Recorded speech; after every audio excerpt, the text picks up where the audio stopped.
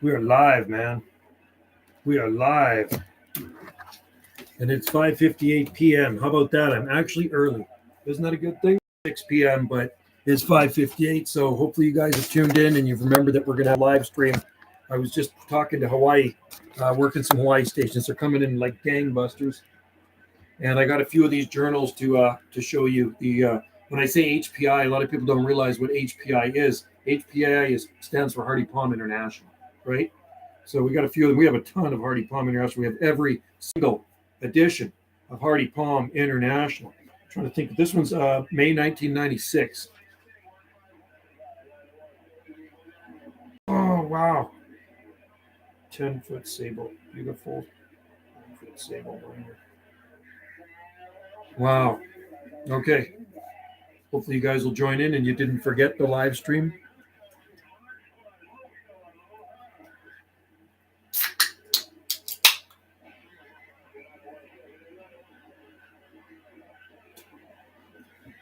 Mod Squad. I gotta mark my hours down. I forgot. I gotta do that right now. Right now before I forget. We don't want to forget that.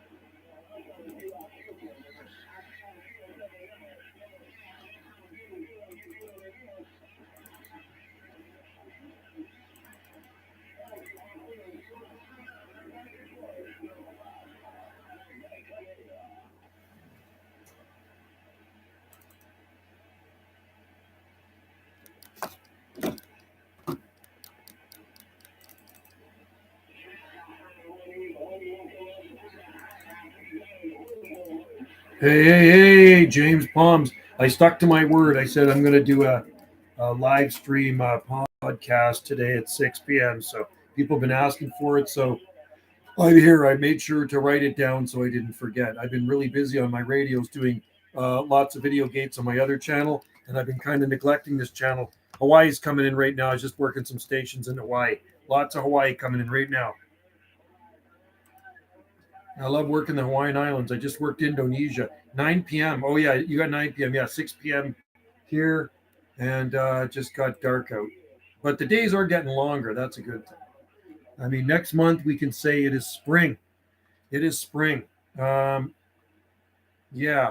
Are you going to get away sometime soon? They dropped your credit. Oh, they are. They did actually drop it. Eh? Okay, good. Yeah, we can't go now because we're actually. Hey, Palm Tree Dude, good to see you in there. Because we're actually property managing, and I just started a new job, like a retirement job. So maybe next year, maybe we can go somewhere. Hopefully, next year we can go somewhere. But this year, like I mean, I'm talking about like next winter.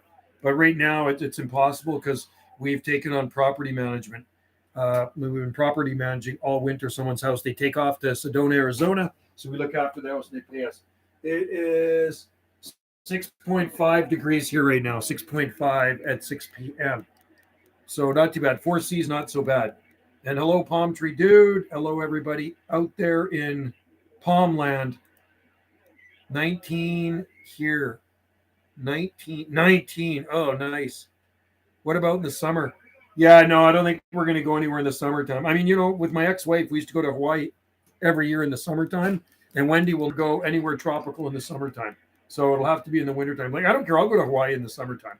It doesn't matter to me. I'll tell you what months I've been to Hawaii: June, July, August, September, October, November, December. Those are the months I've been to Hawaii. And most of the time I used to go in the summer. We had light rain this morning, and then it turned into sun. So, but yeah, I'll travel anywhere, anytime of the year. I really don't care.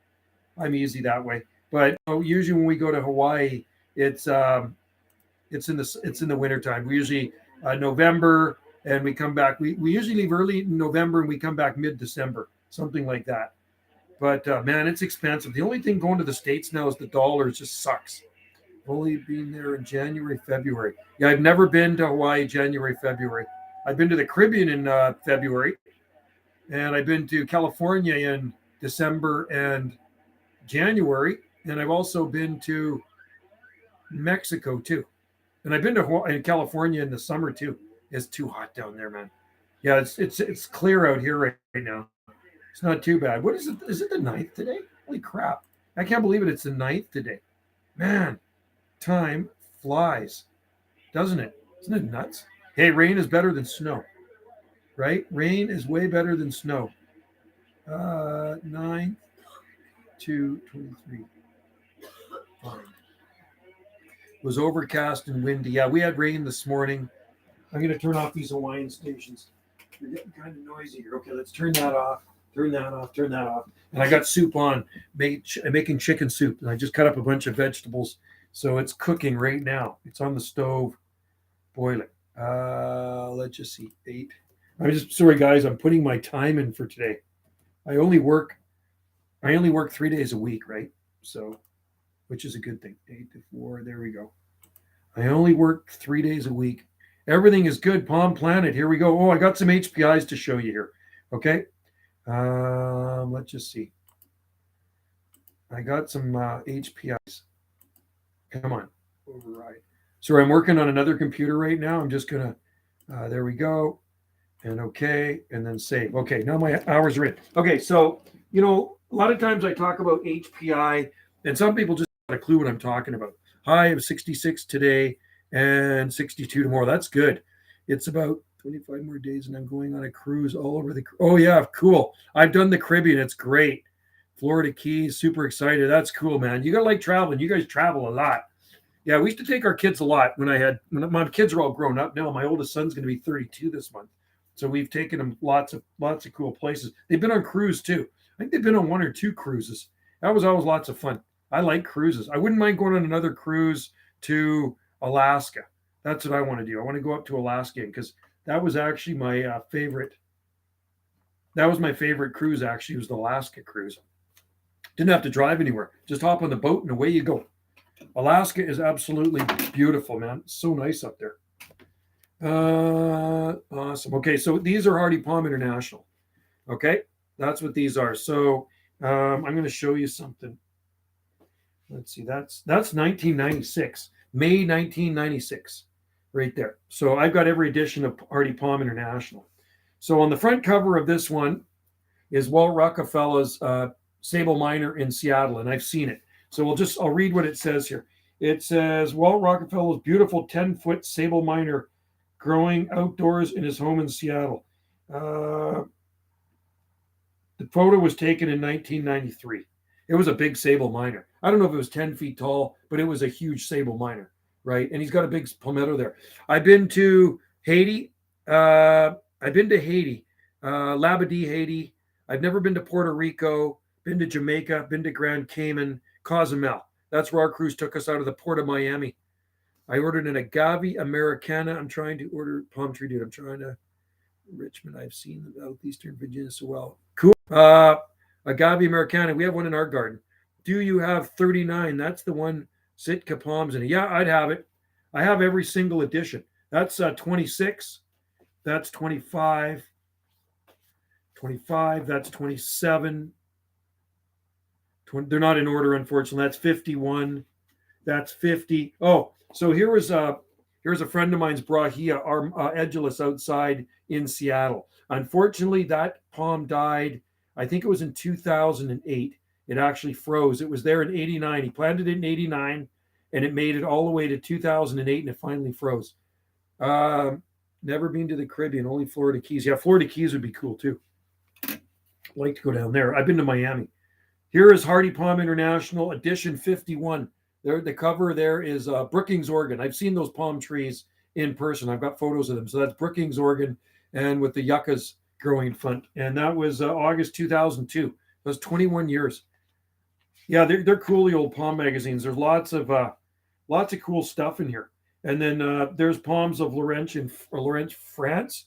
These are palms in France. So people write in from all over the world. and they put their palm. Oh yeah, I got to show you this one. This one is in the tallest Fortunae growing. This is one of the tallest. This one's growing in Italy. Check this out. Check out how tall that Trachycarpus palm is growing in Italy. Isn't that crazy? So it's, look at that, nice. I have Princeps. Okay, yeah, from the 60s. Cool. I do have palm papers from the 60s. I do have a lot of Princeps because he used to be in the International Palm Society, but not from the 60s. They're from the 80s and 90s. But there's a tall Trachycarpus. It's cool to get them from the 60s. Very cool. I'm just trying to think what we have here. Oh, I'll show you something really cool. No, it's not a washi, it's a trachy. So here's a photo my friend Tom Koppel took for me. See that? My friend Tom Koppel took this for me. He lives on Salt Spring. He's a famous author, and he was down in the Falkland Islands. And I said, when you go to the Falkland Islands, if you see any palm trees, Tom, take a picture for me. So Tom took this picture, and I sent it into HPI, and they put it on the front cover of this magazine, right? So that was 2000, year 2000, May 2000. So about 23 years ago. Those are cordylines growing in the Falkland Islands, north of Antarctica.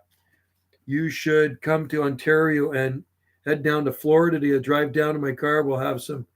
Right on. Hey, that'd be cool. Smuggle some palm seeds back. Load the trunk up with them, James. That's what we'll do. And beer, too. It's cheaper down there. Northern Italy. Yeah, it'd be cool to go down to Florida. Northern Italy is loaded with old windmills. I saw them outside. That is cool, palm tree, dude. Florence, lots of palm trees in Italy. Lots of palm trees. I'm just trying to think what other. I'm just seeing if there's other photos in here. Oh, Trachycarpus. Is that a tequila? Where is that? That is a Trachycarpus fortunae martianus. Cool. Trachycarpus fortunae martianus. Anyway, here's a big sable miner on the front. Now I'm going to find out where it is. So the girl in the picture there is 23 years older than what she was then. All right, that picture was taken in 2000. Okay, let's find out where this palm is. That is Sable, Louisiana. Dons. Oh, I know where that is. That's Oklahoma. That's growing in Oklahoma right there. This guy was a palm nut in Oklahoma, and he had lots of cool palms growing out there. So anytime, buddy, it would be cooler to start in Ontario and drive down. Yeah, it'd be faster too, but I'd have to fly there. But that's okay. California has the biggest trackies I've ever seen. Some in LA, 50 feet tall. Yeah, I've seen some big ones there, but not 50 feet. That's pretty cool, but I believe it. And huge ones in the Sierra Nevada mountains at 5,000. That's pretty cool. Yeah, you're close to Florida, James. You can fly down there in a couple hours, 2.5 hours. Joe, have you seen my post-Arctic blast palm update? No, I didn't see it. I have been neglecting YouTube. I haven't been watching a lot of stuff. I've been shooting a lot of videos, but I really haven't been watching a whole lot of stuff. I've been on my other channel a lot, shooting a lot of video gates, unfortunately. So that's why I'm on this channel making a live stream right now. So we can interact and talk some palmy things.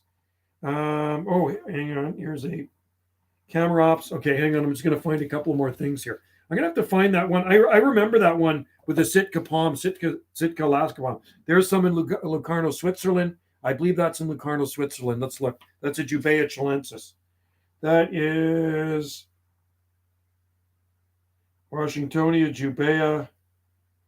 That is in Locarno, Switzerland. 160-year-old Jubea chilensis. There we go in Switzerland. What do you think of that one? 160-year-old Jubea chilensis growing in Switzerland. I've actually made it in 1 hour and 40. No way. That's fast. That's faster than us going to California. It's to go to Los Angeles from here. It's about 2 hours and 20 minutes to fly, something like that from Vancouver. Palm tree dew just north of 35 north degrees latitude when I noticed climate really shift. Right inland latitude, big full-headed palmettos and agaves. That's cool. At least 40 to 50 foot monsters. Palm planet says crazy thin trunks. I noticed that on the Oregon coast too. When you go down to the Oregon coast, I didn't shoot a video of one, but I took pictures before I was doing YouTube. And there was one in a guy's front yard, and it was a bare trunk trachea with about 30 feet of trunk on it. And I asked the guy, did he skin the trunk? He says, no, he's never done anything to the trunk. He says he planted the palm in 1961. He planted it in 1961. So I was down there in 2004. I think was the last time I was down there in Brookings, Oregon, and it was in Reedsport. I'm pretty sure it was in Reedsport. And he says it just grew with a bare trunk and it was really tall. And I do have photos of it in my photo album. Where is that? So anyway, HPI, you can probably order HPI palm journals through the internet, through the Hardy Palm International. This is the Pacific Northwest Palm and Exotic Society. So that's the Northwest chapter of the Palm Society, right? There's different chapters of the Palm Society. And that's the journals they put out for years. And the very first one was called the Palm, and then the Hardy Palm. And then they changed it to Hardy Palm International. It used to be just black and white.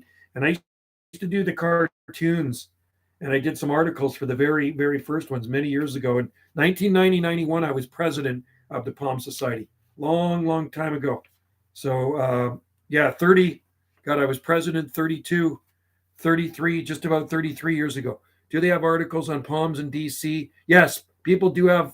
Yep, there should be articles for the northeastern states. There used to be a journal, Alex, called Hardy Enough, and it was published in Northampton, Massachusetts. I used to subscribe to it, and I still have them all. And Hardy Enough was a journal for experimental gardeners in the northeastern states. And actually, one of my palms was featured on. I think it was on the front cover of one of them. One of my palms going through a snowstorm. It would have been back in the 1980s where I used to live. Mike's in there. Kiss the baby. Do they have any articles? Yes, they do. They should have them in there. I'm sure I've seen them. Well, Mike's had one in there. Blast off, Mike. His palm was in there from Pennsylvania back. It might have been back in the 1990s. He had a 25-foot palm tree beside his house in near Wernersville, Pennsylvania. Planted it in the 1980s. So Blast Off does grow palms and exotic plants. Takes me 4 hours from Toronto to LAX. 4 hours. Takes me 5 hours, just over 5 hours from here to Hawaii.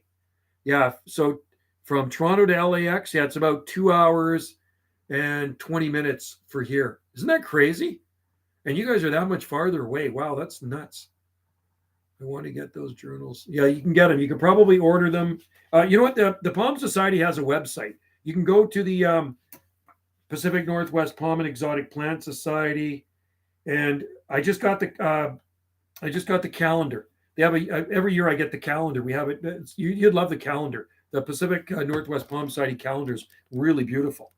5 hours to LA from here and 4 hours back. Yeah, it's like Hawaii. It's faster to come back. I've made it back from Hawaii, and fastest I made it back is about 4 hours and 50 minutes from the Hawaiian Islands to it was Vancouver, yeah, because there used to be direct flights out of Victoria, and I've flown to Honolulu. In 1999, we flew from Victoria to Honolulu when we took the kids for the first time, and it was nice because I like Victoria Airport. It's so small, and you just cruise through super fast. Vancouver Airport's beautiful. It's an amazing airport, but it's just too big for me, man. Too much walking. It's too big. And I'd rather just fly to Victoria. So what we do, we got to fly from Victoria to Vancouver, then Vancouver to Maui. That's what we do. So it's kind of a milk run. It's kind of island hopping. I say we island hop because we're on an island. We have to take a ferry off of this island, got to go over to Vancouver Island. We take a bus to Victoria Airport. We hop on a plane. We fly to Sea Island because Vancouver Airport's actually on an island. Did you know that? It's on Sea Island. It's not in Vancouver. It's on Sea Island. Then we fly from Sea Island to Maui. Yeah, Palm, that is you. For one way back was coming and thinking that was 5 the way down. I drove from Miami because our flights were canceled. 16 hours. That's not that bad. 16 hours isn't that bad. It's 21 hours for us to drive to LA from here. I've done it before. I've driven to LA once. The first time I drove down there, the only time I drove to LA was when I was 17 years old. Me and my buddy decided to take a road trip. He was 19, so we drove down into the Baja too. Drove down up to Ensenada. It's craziest thing to drive from tropical climate. It is crazy. I was like, even from here too, even when you drive down to Brookings, Oregon, and I start seeing all these big date palms because you don't see them here. You know, it's weird. When you get down to Oregon, the vegetation really does look the same as here. It's Northwest vegetation, except you do see the start of the redwoods. You see lots of California redwoods, but you'll see Douglas fir, you see cedar trees and this and that, but you also see big date palms. It's only 10 hours to Jacksonville, Florida, and 3 to Virginia Beach. Oh, I'd be definitely going to Virginia Beach, man, for sure. That's cool. It's to drive down to the Oregon coast to Brookings is probably, I'm going to say 10 hours, maybe, or 9 hours, 10 hours, maybe 9 hours, might be 9 hours, something like once we get off the ferry. I mean, I can't count the ferry in that. So once we take a ferry and go over to Washington, mainland, Port Angeles, it's probably about 9 hours to get to Brookings. I'm 50 minutes away from the largest airport in the country. Is Pearson the largest airport? I think it probably is, isn't it? Yeah, Vancouver's big too, but I don't think it's big as Pearson. My son's going to be in Pearson shortly. He flies down to Augusta, Georgia. My youngest son, he goes to Georgia. His best friend lives down there. He just messaged me last night. He's just about 23. He'll be 23 this year. And he's heading down there again to Georgia. 16 hours to Florida state line from my house. 16 hours. So that's so weird. It's actually closer to Florida than it is for us to go to Los Angeles. Not California. It's faster. I can get to California, in probably, like 9-10 hours.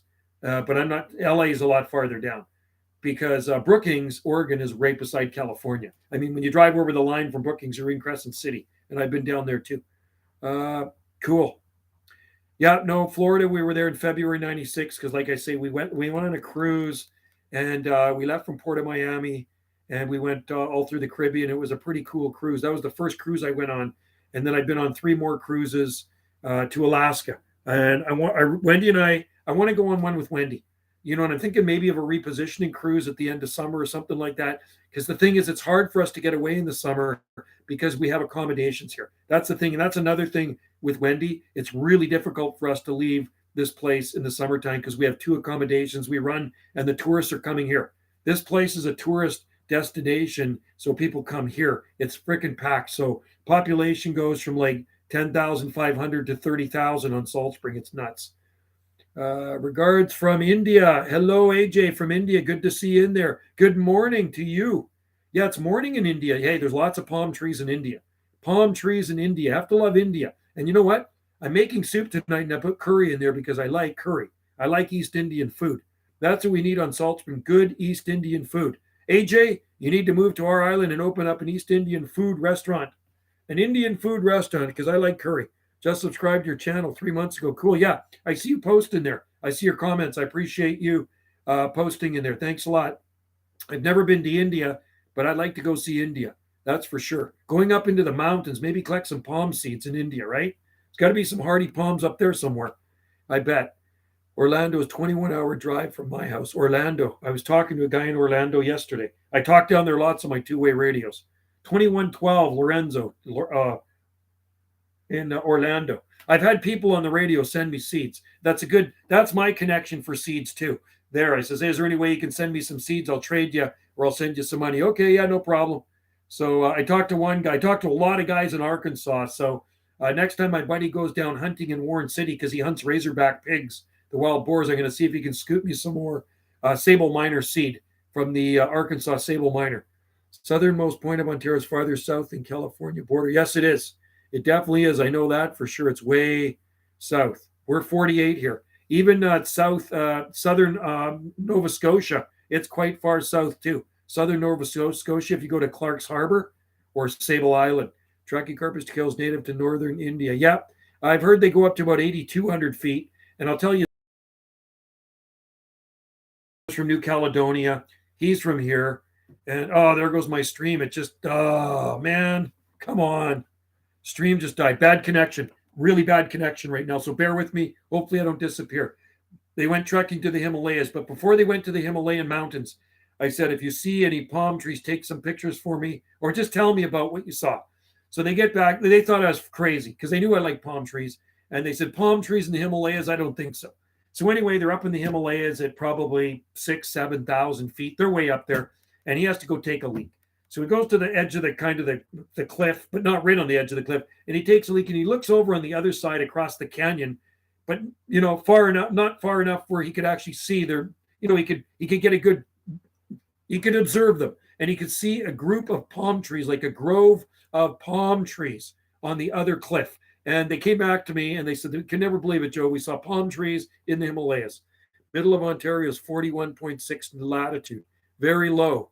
Very, very low. Point Pelee is the southernmost point of Ontario, I believe. How about we fox you? Fox me. What's Fox? Fox News?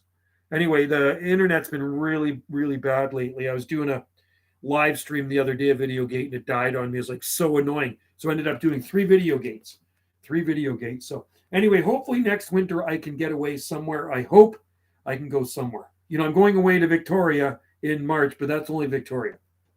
I'm going to go stay at a hotel for a couple of days. But like I say, summertime is our busiest time here, spring and summer, with the accommodations. And then my palm nursery have open too. Mid Island is southernmost point to look on the map and you'll see it's tiny island just south. Oh, there's one south of Pelee. Wow, crazy. I didn't know that. That's awesome. I've seen the pictures of the ancient Trackies in the mountains that's pretty cool, a palm planet. So they saw these palm trees growing at way high elevation in the Andes Mountains. They are believers that palm trees grow in the Himalayas. Hello, Lemming Hater, Abstract Tom, aka you said bear. Never mind, lame. You said bear with you. Never mind, lame joke. We are 39 degrees north. We're 48 degrees north latitude here. That's what we are. So Vancouver's 49, Tofino's 49, and you know where Savory Island is, where that 40-foot tall skirted palm is? Just a hair under 50 degrees north latitude. Just a hair under 50 degrees north latitude up on Savory Island. Isn't that crazy? They boast the warmest swimming north of Mexico on the Pacific side. Savory Island is in Desolation Sound. Look it up, man. It's crazy. So I was there at the beginning of July, and I shot some videos and stuff like that. And they have warm swimming water up there. The ocean is very warm in the summertime. Joe, you have to check out Coke Preserver's time. It's cool to see the California fan palms in the middle of the desert. Yeah, I'd never been there, but Wendy's mom used to live there. She lived in Palm Desert, and she had a house down there, and she used to go down there for 6 months. So Wendy's been there a bunch of times. I've never been to that area of California. And yeah, the palm trees there are amazing. I've seen articles on them too, the skirted palms. They actually burnt up a couple of years ago. Somebody burnt up all the skirts on them. It kind of sucks. James Palms is my favorite YouTuber. Just saying, like, yeah, there you go, man. It's good to have a favorite YouTuber. And Lemming Hater likes palms. Right on. Where is it? That island. Oh, you're talking about the island off of Ontario? The island, they survive occasional fires. Yeah, they do. Oh, yeah, no, they'll survive the fires. But you know what? I like them with the skirts on them. It's too bad the skirts burnt off. My most viewed video is of the Philifera Oasis. Cool. That is pretty awesome. I have to check that out. Wow. See, that's pretty cool. We got, what's his name? Lemming Hater, a.k.a. Abstract Tom in Indiana, right? Indiana. I talked to a guy in Indiana today on my radio. I forget his name. I wrote him down in there. I forgot his number. It's in my book.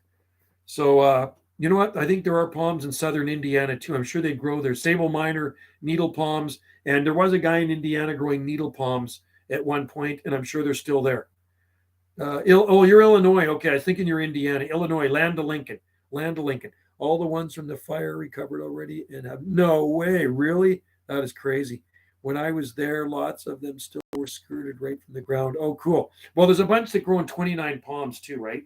I'm going to let a few of our palms skirt. So I have one I call the Palm Beast. Big, thick trunk on that Trachycarpus, and it is starting to skirt. I wish I would have left them in. We have a big one out front. It's near 20 feet tall. And, you know, I used to cut all the dead fronds off of it. I wish I would have let it skirt because it probably would have had a full skirt on it. Now, I planted it in 1987. February 1987. So it's been outside 36 years now.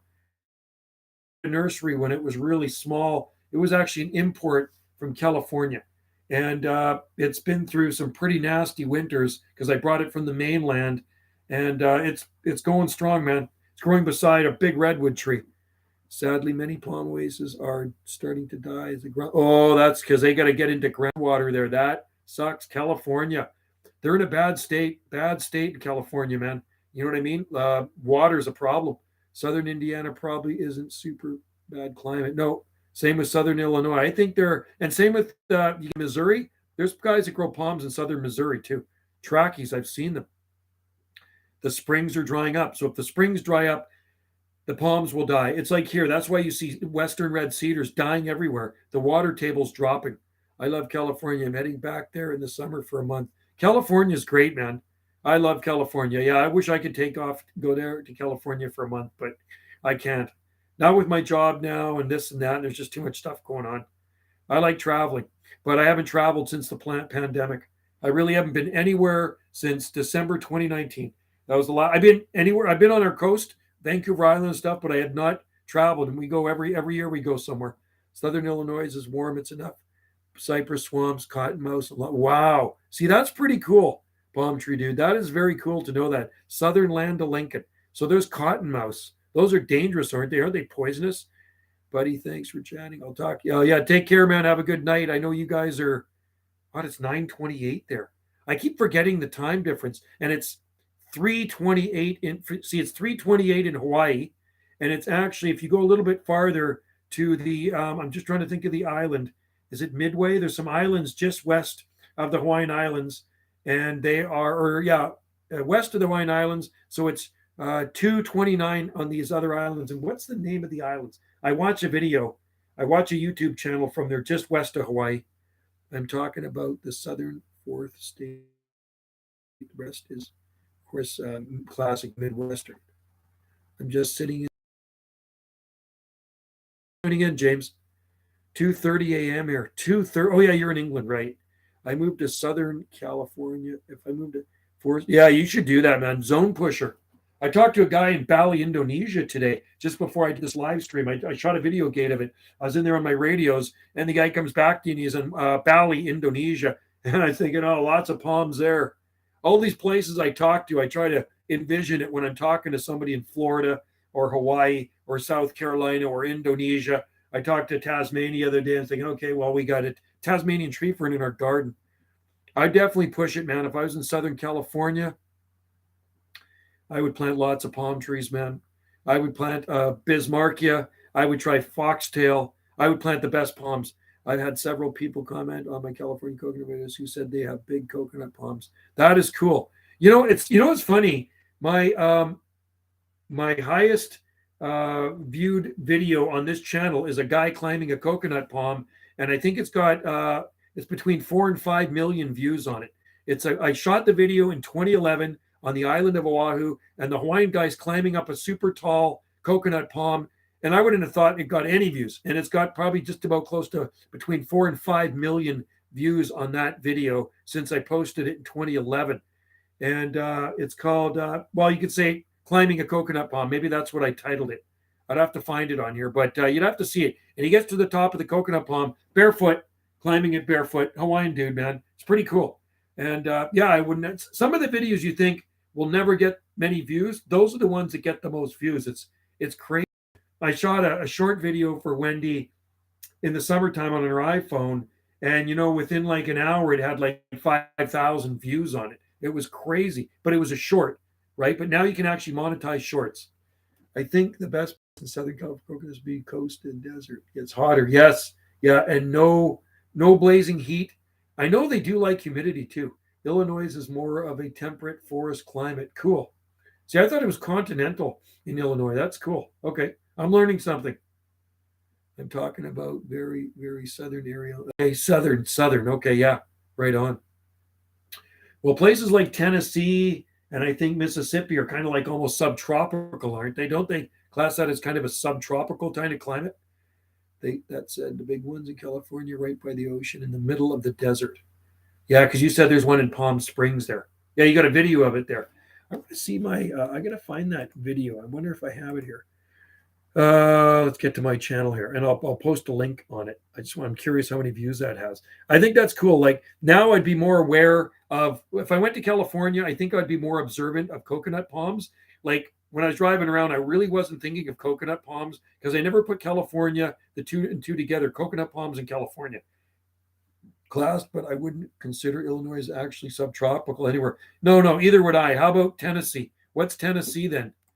Let's just see here. Hang on.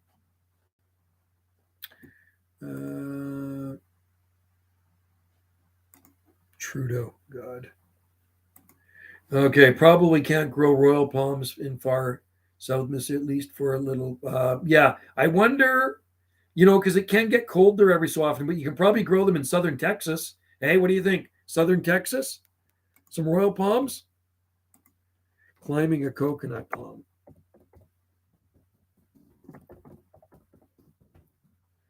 I just want to see this video here. There we go. Okay, here's the video right here. I'm going to post a link to my video. It's got this video has 4.4 million views. I shot this one on the island of Oahu in the Hawaiian Islands. I think that subtropical, some alligator. Yeah, sighting. Well, same with Arkansas. There's alligators. Think about it.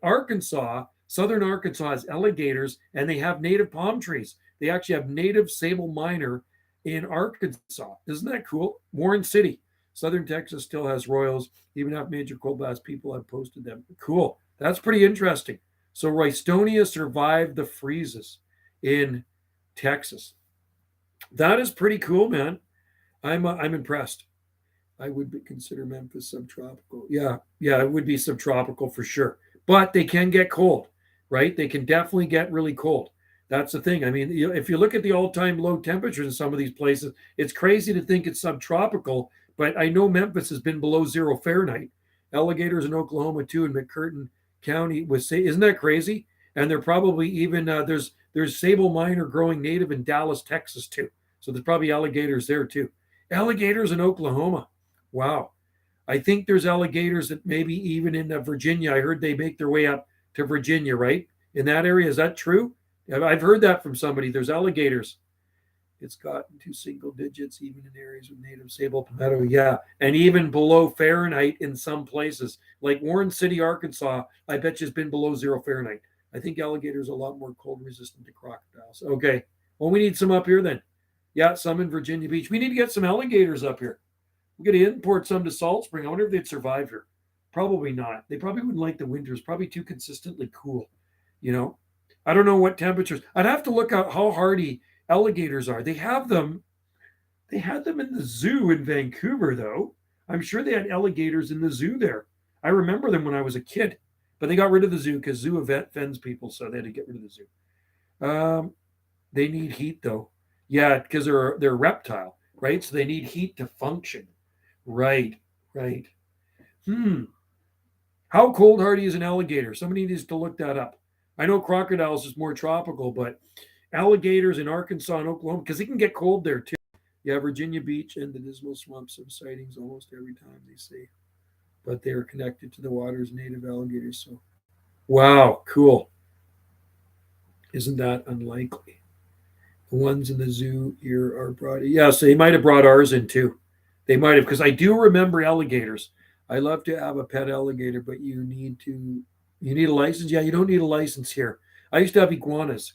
I had pet iguanas for years, for about 10 years. I've had lots of different lizards. I've had lots of parrots and stuff. But my iguanas were really big. Like one of my iguanas grew just super, super big, right? It was awesome. I'll have to show you pictures of it sometime.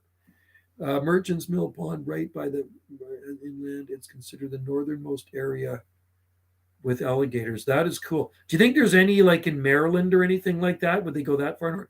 Do iguanas bite? Yeah, they can bite you.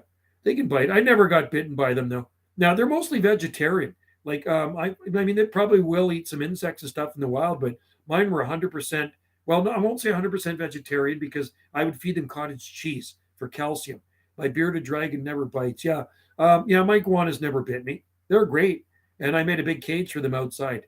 That's pretty far from where they are naturally. Maryland, right? Yeah, the bearded dragons are cool. The Chinese water dragons are cool, and iguanas, love them. Took them out today since. Yeah, I used to. That's cool. 66. I had a big cage outside and had a big cage inside, and they loved it, man. I put them outside in the summer day, and they'd be out all summer long. They'd be out in that cage, and I bring them in at night, of course, and then I bring them in the house and put them out in the morning when I went to work. I have an 18-foot python that weighs over 200. What? No way. Are you kidding me? An 18-foot python? Holy cow. That could strangle you. 200 pounds. I'm 195 pounds. That is nuts. That thing weighs more than me, man. That could actually, they're reticulated python. Holy crap. That is nuts. 18 foot. Must have to feed it lots of big, like rabbits and stuff. Yeah, reticulated python. Yeah, Yeah, that's what I called it, a reticulated python. Yeah, I remember them. Sold them at the pet store. Some also post 25-foot coconut survive freeze in South Texas. Yes, I heard about that. What do you feed that python, man? You must. What do you buy it? Well, you kill rats. You buy rats, right? Like the lab rats or whatever. The feeder rats. I guess that you buy them at the pet store. Those white rats, mice, rats. I mean, a 200-pound python that would eat a lot of stuff. It's very strong, but also very docile. You feed it frozen rats or rabbits. How and does it eat every day? I would get animals if I wasn't going back and forth from college. Yeah, we have a dog and a cat. We have a little dog, a little 8-pound Yorkie. Remember when my dog died? It was November, and he was 8. Wow, he lived to 18 years old, and 18 years old. Wow, that is old, man. And times that by 7, that's pretty old for a dog. Because you one dog year is 7 human. No, yeah, isn't that what it is? Equals 7 human years. Or no, 1 human year equals 7 dog years. Once a week. Once a week you feed it. Okay, so 4 times a month. So did you get it when it was small? Once every 2 weeks it has a large meal though. Wow, 200 pounds. Holy crikey! Where do you have it, man? In a big freaking cage or a aquarium? That would be a good video. People like to see videos of that stuff, man. You would probably get a lot of views on a video. This is my pet 200-pound python. Whoa. Yes, I bought it at 4 feet. You should shoot a video of that, man. That would get some views, man. That might even go viral. My 200-pound pet python. That's what I'd title it. Crazy, dude. Cal, video material right there. I'd make a video of that. I do have videos, I think, of my iguanas, but that was old school movies back in the 80s, right? I had them back in the 80s. And I sold them just before I moved here, just over 30 years ago, right? Snakes don't need particular large enclosure as long as they come out for exercise. Well, so you let it just kind of slither around the house.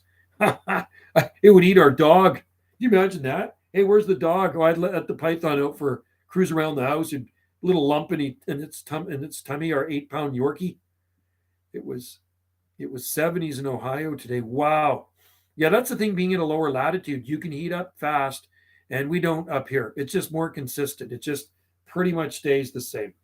Yeah. Today we were probably around 9 degrees Celsius, and then tonight might get down to around 6, something like that. So no big swings at this time of the year, this far north on the coast. No big swings, right? But Great Lakes keeps the heat out of Ontario. The Great Lakes, if they freeze, then yeah, there's no regulation either. It doesn't regulate the temps. My house hit 73 today. Here it was 62. Wow, amazing. When we get these warm spells, yeah, it's awesome, man. I like warm. I like when we get a warm day. We've had where it's warmed up in February, where it's been like 60 something, but not often. In the summer, it take out of the pool, swim. Oh, cool. Yeah, snakes do swim, man. Snakes do swim. We have snakes here too, and I've seen them swim. And but they're garter snakes. I mean, they're not dangerous. We don't have any dangerous snakes here. We have lizards and we have snakes. There's 2 types of lizards. We have praying mantis. There's 2 types of lizards in Victoria. One of them's an invasive species. We don't have that one on our island, but we have the alligator lizard here on our island. And I used to catch them all the time. That's pretty cool. So the snake goes for a swim. Gotta like that. That is pretty awesome. Huh. Love to see that thing, man. You got to make a video of it. The only native venom we have is the black adders. Oh, yeah. We don't have that. We have rattlesnakes, but none on our island. They're in British Columbia, but no rattlesnakes on Salt Spring Island. They're in the desert regions of British Columbia, and they will bite you and they're venomous, right? But a black adder, I've heard of a black adder. There used to be a show called Black Adder, a British show called Black Adder. We have a good amount of snakes. Only 2 in my area are venomous. Cottonmouths and copperheads. Wow.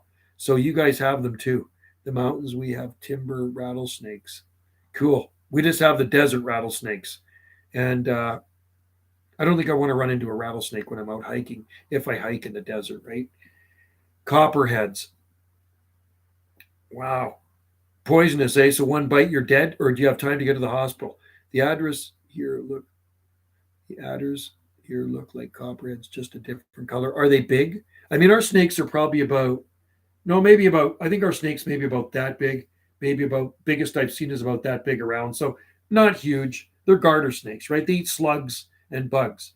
I got rattled by a rattlesnake. Oh, so there's rattlers in Tennessee too, eh? Whoa. Wow. Yeah, they probably got poison, lots of poisonous stuff there. Almost stuck me. That's not good. Yeah, we have deserts in BC. Absolutely, man. Native cactus, sagebrush. Yeah, we have true desert in BC. Osoyoos, Penticton, Oliver, all of those places. It's desert up there. Look it up, man. The BC desert. Deserts in British Columbia. I've been through it, man. It gets hot up there too. Lytton gets hot too. They hit 121 degrees Fahrenheit last year. A copperhead probably won't kill you. Bad reaction he caused. Ooh, so gangrene, like necrotizing fasciitis, right? That's the uh, that's the disease that rots your flesh eating disease. I got a friend of mine that got bit by a one of those spiders. What the hell's the name of it? Not a wolf spider. Um, oh God, what's the name of it? Causes flesh eating disease. And I know the name of the spider. It's on the tip of my tongue. Why does that drive me crazy? I'm trying to think of it. My mind has gone blank. Anyway, it caused flesh-eating disease in her leg. It was a brown recluse. So she got bitten by a brown recluse, and she's just getting over it. And that happened last probably June, and she spent a lot of time in the hospital. And she just about lost the bottom part of her leg. It actually caused necrotizing fasciitis. She's a friend of mine, a good friend of mine, because she was posting pictures on Facebook, and I'd see her, man, and she on antibiotics, this and that, but one spider bite from the brown recluse. I didn't even know they were native here, and they're here. They're on our island, and we have black widows here as well too on Salt Spring. If I ever go to Australia, I will tread with caution. In Australia they have the brown snake, and they have lots of deadly spiders. They actually have deadly snakes and deadly spiders. I have experience with handling venomous snakes. So in countries I've held quite a few cobras. Whoa, no way. No, I like snakes though. I'm not afraid of them. When I was a little kid in Kentucky, we had a good amount of brown recluses. Wow. I don't think I've ever seen a brown recluse. I mean, but in the wood pile, if they hang out in there, I should probably wear gloves when I'm handling wood. Hey, Wendy, how's that soup doing? I gotta get some soup, man. I'm getting freaking. I haven't eaten dinner yet. I'm gonna go grab a bowl of soup, and I'm gonna come back up here, and I'm gonna be eating soup while I'm talking to you. So if you hang out a minute, I will come back because I am actually starving. Garter snakes and snapping turtles. Oh, we have turtles here too. We have western painted turtle, which is native, and we have the red-eared slider, which were introduced. I see brown, and they are invaded. Oh, so that's what it is. So maybe they've invaded our island. Wow. I have a video of a black widow, Maryland. Wow. Yeah, we have black widows here. I've seen them. Seen them in the woodpile. I'll be right back. I'm gonna get some soup, guys. I'm starving. Yeah. Soup. I'm gonna get soup. Should be ready. Should be ready, butter now.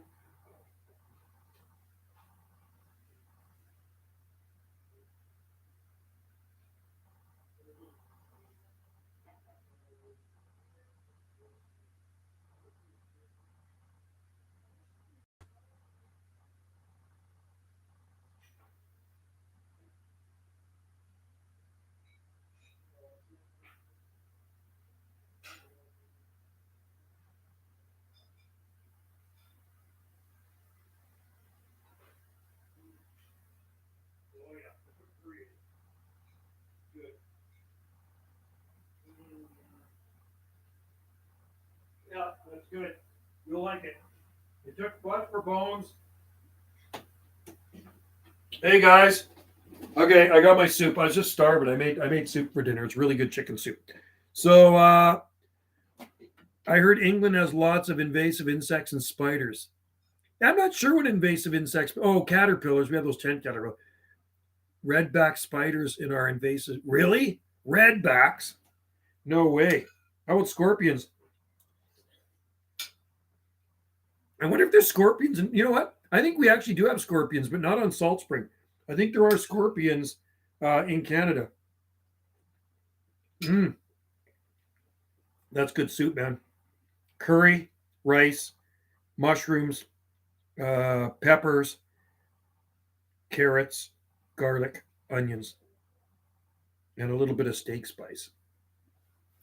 I don't know if we have scorpions here. Now I got to Google that. Hang on. I got to Google that, man. Do we have scorpions in BC? We also have wallabies. No way. Really?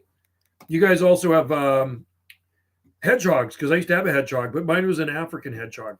Are there scorpions? Are there scorpions in BC?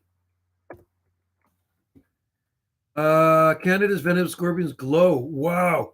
They are native to, there they are. Yeah. We have scorpions. That's crazy. They glow. Canada's venomous scorpions glow as they hunt prey in the dark. The scorpion thrives where you'd least expect in the southwest, southern areas of Saskatchewan, Alberta, and British Columbia. The northern scorpion is 5 centimeters long and lives under log, bark, and rocks. Holy crikey. You got to see a picture of that. It's a glowing scorpion. That's nuts, man. We have scorpions here. Pretty wild. I don't want to see one of those either.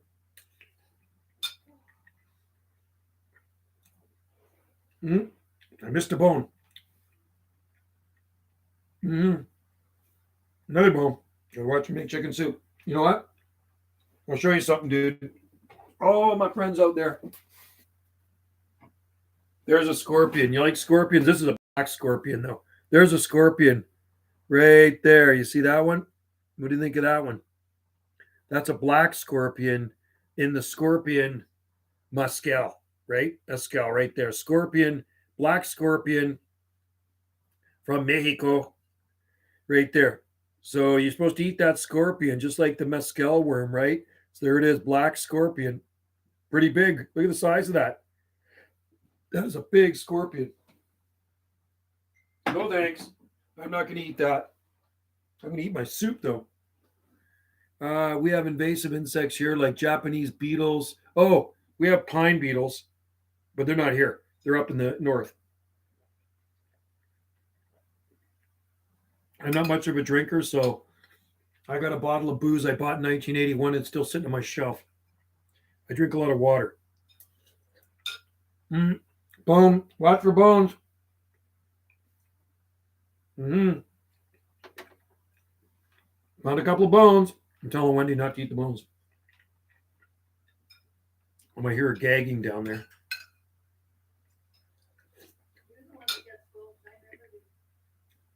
I'll tell you what, I do have a bunch. I got 3 bottles of mezcal here with the mezcal worm in them, the tequila worm. Stink bugs. Oh, stink bugs. No, I don't know if we have stink bugs. I don't think we do. I'm not sure what our invasive insects are. Yeah, we don't have that. Nothing eats the. You know what eats our musabaju leaves would be deer, and nothing bothers the palm trees, but it'd be deer. That'd be it. And rabbits. Oh yeah, we have invasive rabbits here.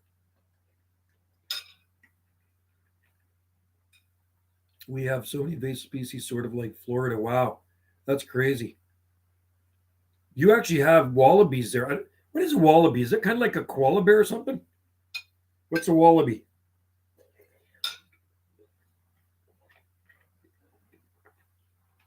I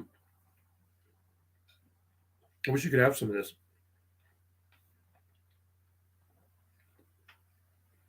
Northern Illinois has actually negative prickly pear cactus. Lemmy Hater said we have actually native prickly pear on our island here. We have Opuntia fragilis on our islands, and we have 2 species of succulents. A smaller version of kangaroo. So they introduced those, and they actually survived there, right? That's cool. Probably bad for people's gardens. They probably eat people's plants. Go hunting wallabies in England.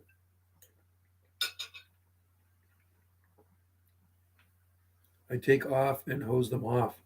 I don't like things that eat plants. I don't like animals that eat our plants, right? Like, I like the animals, I just don't like them eating our plants. I have it. I have Humifusa in our garden. We have a lot of species of cactus in our garden. We have Humifusa, fragilis, vulgaris. There's a bunch of them out there. Imbricata. Luckily, they're only bad late June to July. 2 weeks. Okay. I made soup. I made chicken soup with rice, carrots, mushrooms, garlic, onion, peppers, and I put curry in it, and I'm just starving, and then I put some steak spice in it. Wendy, how's the soup? Wendy likes the soup. Mm-hmm. Slide tarpans, terrapans. I don't know what that is. That's the best soup I've ever made, she says.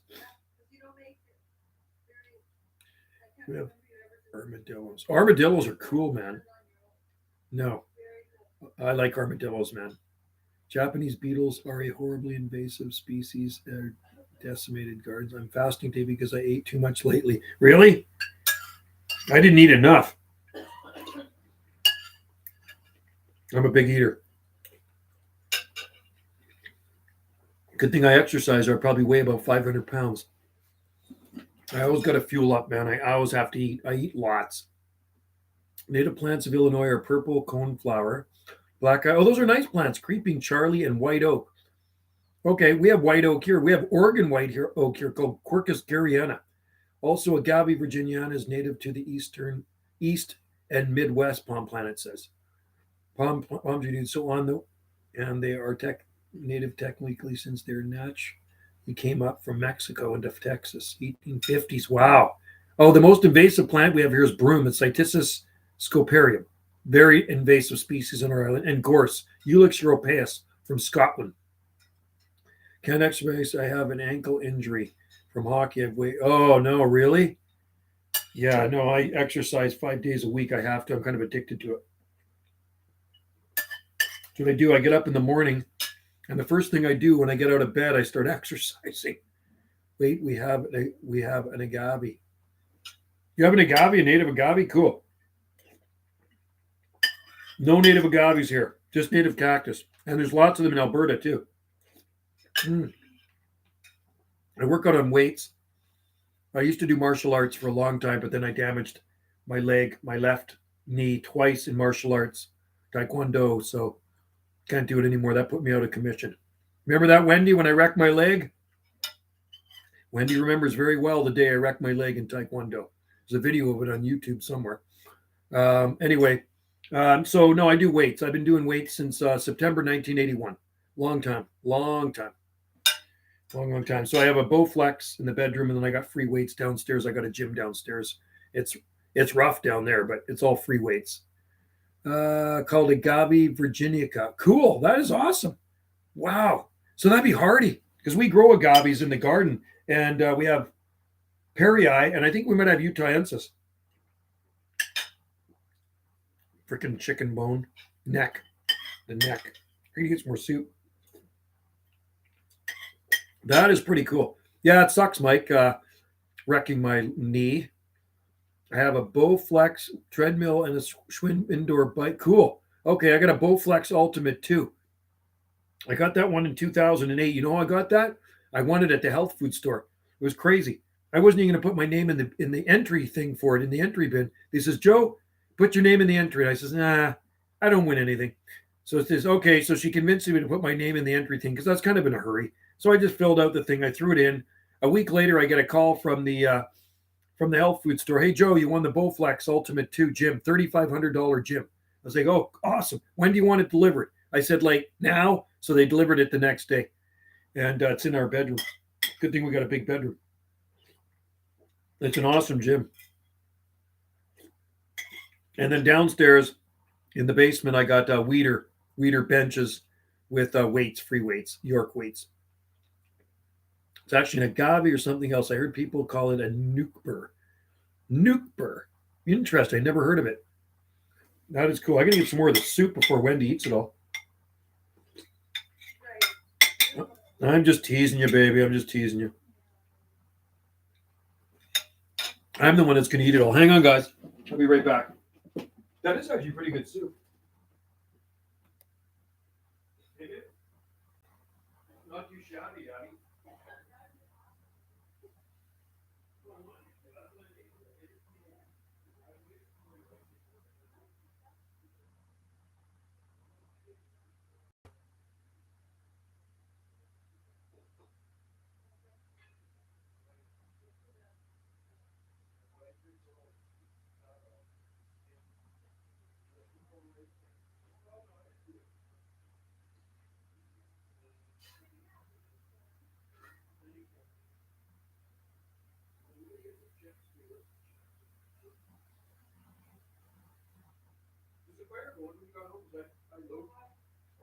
Was it warm though?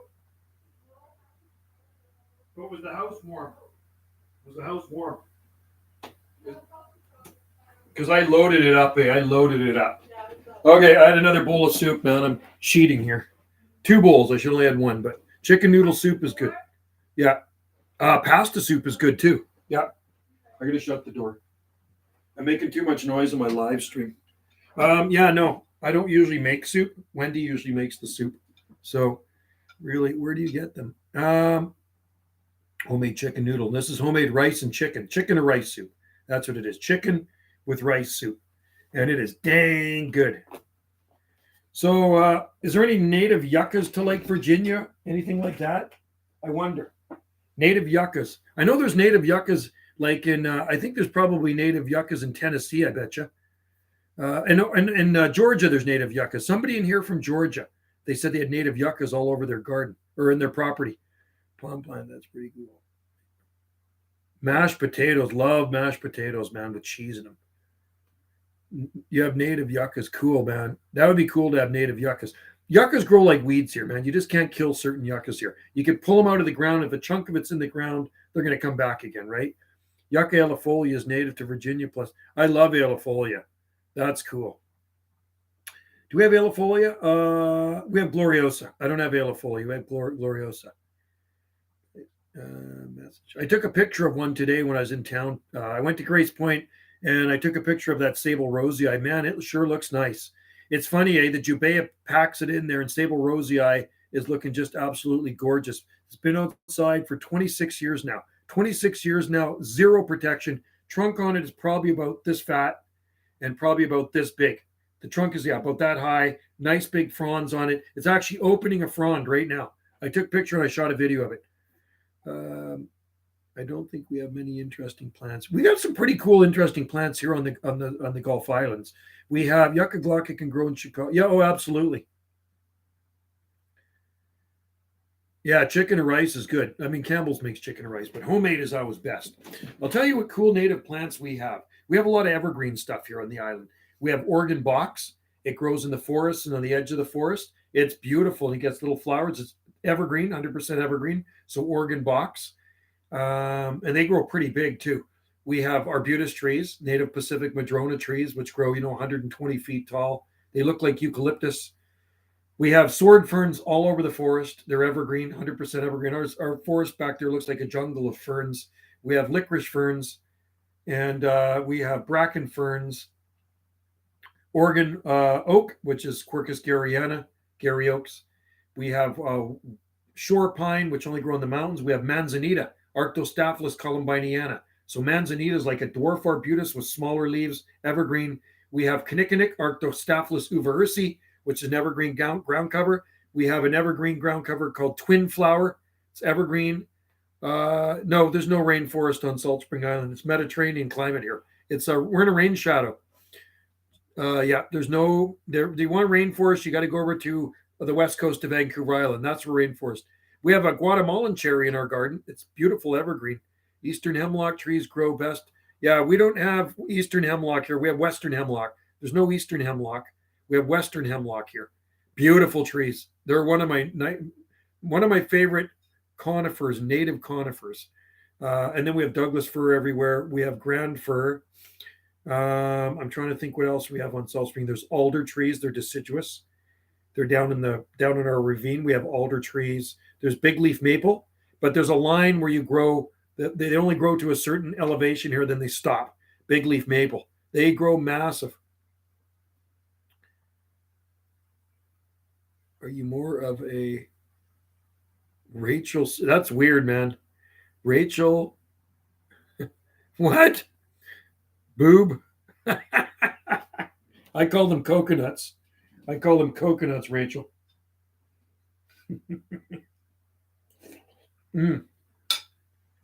What are you, Rachel? Did you put? Yeah, I put lots of rice in here. That's the best way to have it, man. Haven't you heard of chicken and rice soup? You can buy it. Campbell's makes it. They made it for years. I used to eat it when I was a kid. Yeah, I always put rice in the soup. It's the best. Did you know Venter on the Isle of Wight? Yeah, so they're way less than us. It's kind of like the outer Gulf Islands. Saturna Island, as little as rain they had was 18 inches. One year they had 18 inches. And that year we were 28 and they were 18 inches. There were 10 inches of rain less than Salt Spring. And it's right on the outer island. It's like right near our island. 10 inches less than us. I just sent the ones I bought it really there. Cool. And that's good soup. I think pretty good soup here. Sorry I'm eating in front of you, man. I'm absolutely starving. If you make chicken soup, what was your most painful tattoo? I think in here, and the one on my back, I got a palm leaf. I got a big palm frond on my back, a fan palm, and it says palm leaf beside it in Chinese, but it hurt big time. I got it done years ago. But in here, that really hurts. Oh, yeah, that hurts too. I got one on the back of my leg too, but that hurt. But I think that one hurt the most, that palm tree in here, right? That really killed me. No pain, no gain.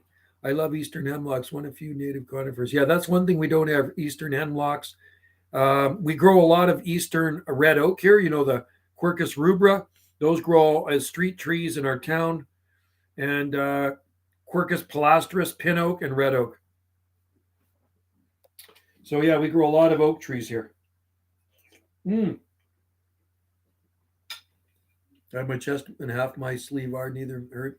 Wow, see, it affects everybody differently. My youngest son's sleeved up. My youngest son has tons of tattoos. Trevor, you can see his channel. He's got a YouTube channel. I'll show you. I'll find his channel for you. Oh, there's my coconut video right there. There's my coconut palm videos. Man, it brings back memories. I'll find his channel for you, and you can probably see his tattoos on him. He gets them wherever he goes. He goes down to Georgia. He's going down to Georgia. He'll probably get another one. I find piercings way more painful. Yeah, I don't have any piercings. I've never had piercings. Wendy got her nose pierced once, and it hurt her like hell. I think my daughter has her nose pierced. Yeah, I think my daughter has it pierced for sure. Let's just see here. I'm just going to find his channel, and I'll put a link on here for you. Well, where is it? I thought I had it here. Son of a gun. I thought I had it on my channel. I got to find it now. Hang on, guys.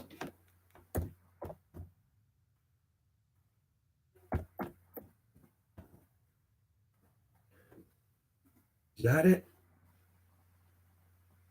Nope. Maybe he's not doing it anymore.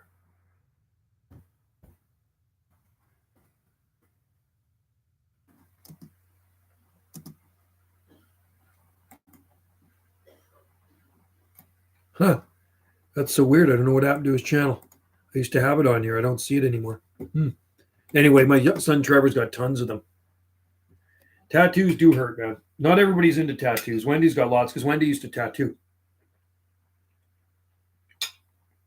We have lots of cool native species. Prickly pear, loblolly. I like that name, loblolly. We have rhododendrons here too, but not on our island. Vancouver Island. Mr. Goose, good to see you in there, Paul. Good to see you in there, buddy.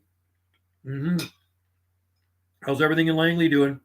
Hope all is well in Langley, my old stomping grounds. Excuse me, I'm eating my dinner. I'm starving. Oh, oak leaf hydrangeas, really? They're native to Illinois. You know what? Those things are evergreen here, man. I don't know where my youngest son's channel went. That's kind of weird.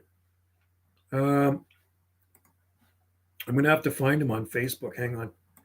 All right. So can you show us the bowl, you handsome devil?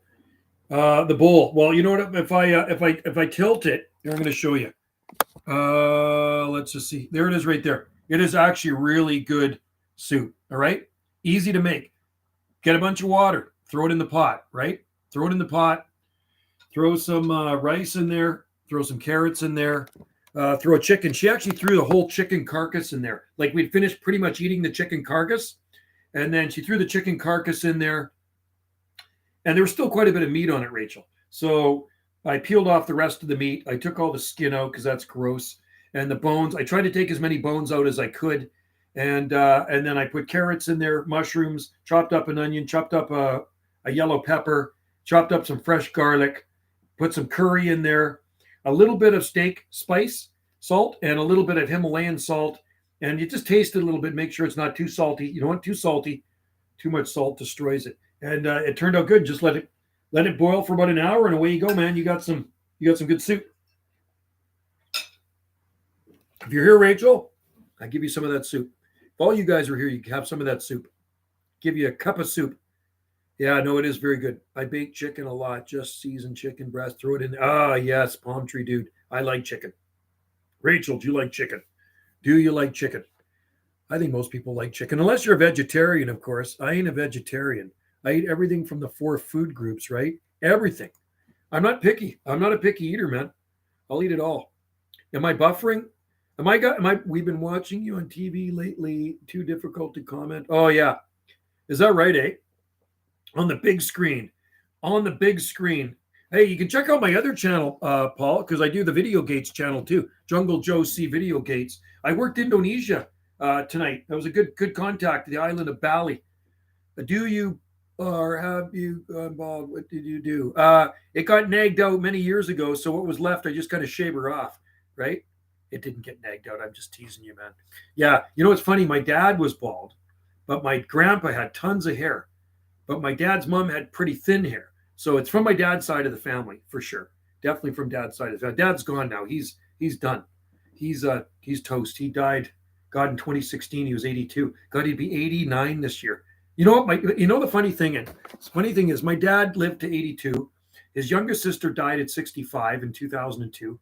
His oldest sister just turned 100 years old.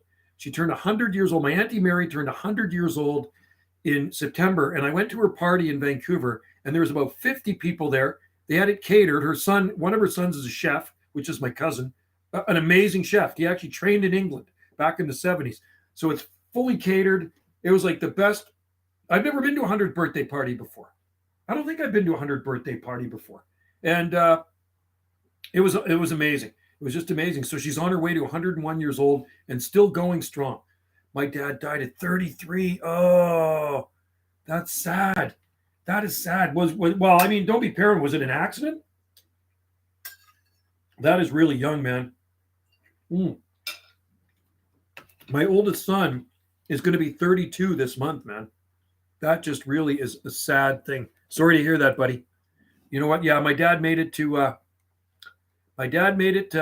82 years old, which I guess is, you know what? I hope I make it to 70. I'm going to be 59 at the end of 59. I'm going to try to put that into months. Oh yeah, Blue Naughty. Okay, there we go. I found his channel. He does. My son does music videos. He's actually he does hip hop. I got to get back here. There we go. I'll put a link. I'll put a link to my son's video so you can check him out. If you like music, my son writes his music, and here's my youngest son, Trevor. Yeah, so he's the one with all the tattoos. Actually, my oldest son has tattoos. My daughter actually has a few tattoos too. 95th birthday party, but never 100. Yep, my aunt turned 100. I was pretty happy for her. He had a heart cancer. Well, that's pretty rare, Jesse. I think that's pretty rare. I don't think you have anything to worry about. Yeah, you're not going to, Jesse, you'll probably live to 100 years old. I don't think I've ever met anyone. Anyway, check out Trevor's, that's a video on his YouTube channel. Tell me what you think. He does singing, and he shoots music videos. They pay to get those music videos done. I think he's on Spotify. I think two places chefs trained is London. Yeah, my cousin Ken trained in London, 1975. 1975, he trained in London, and he's a good chef, man. He is a very good chef. Yeah, he owns some restaurants in Vancouver. I met Dr. Heimlich, who came up with no way, really? You're kidding.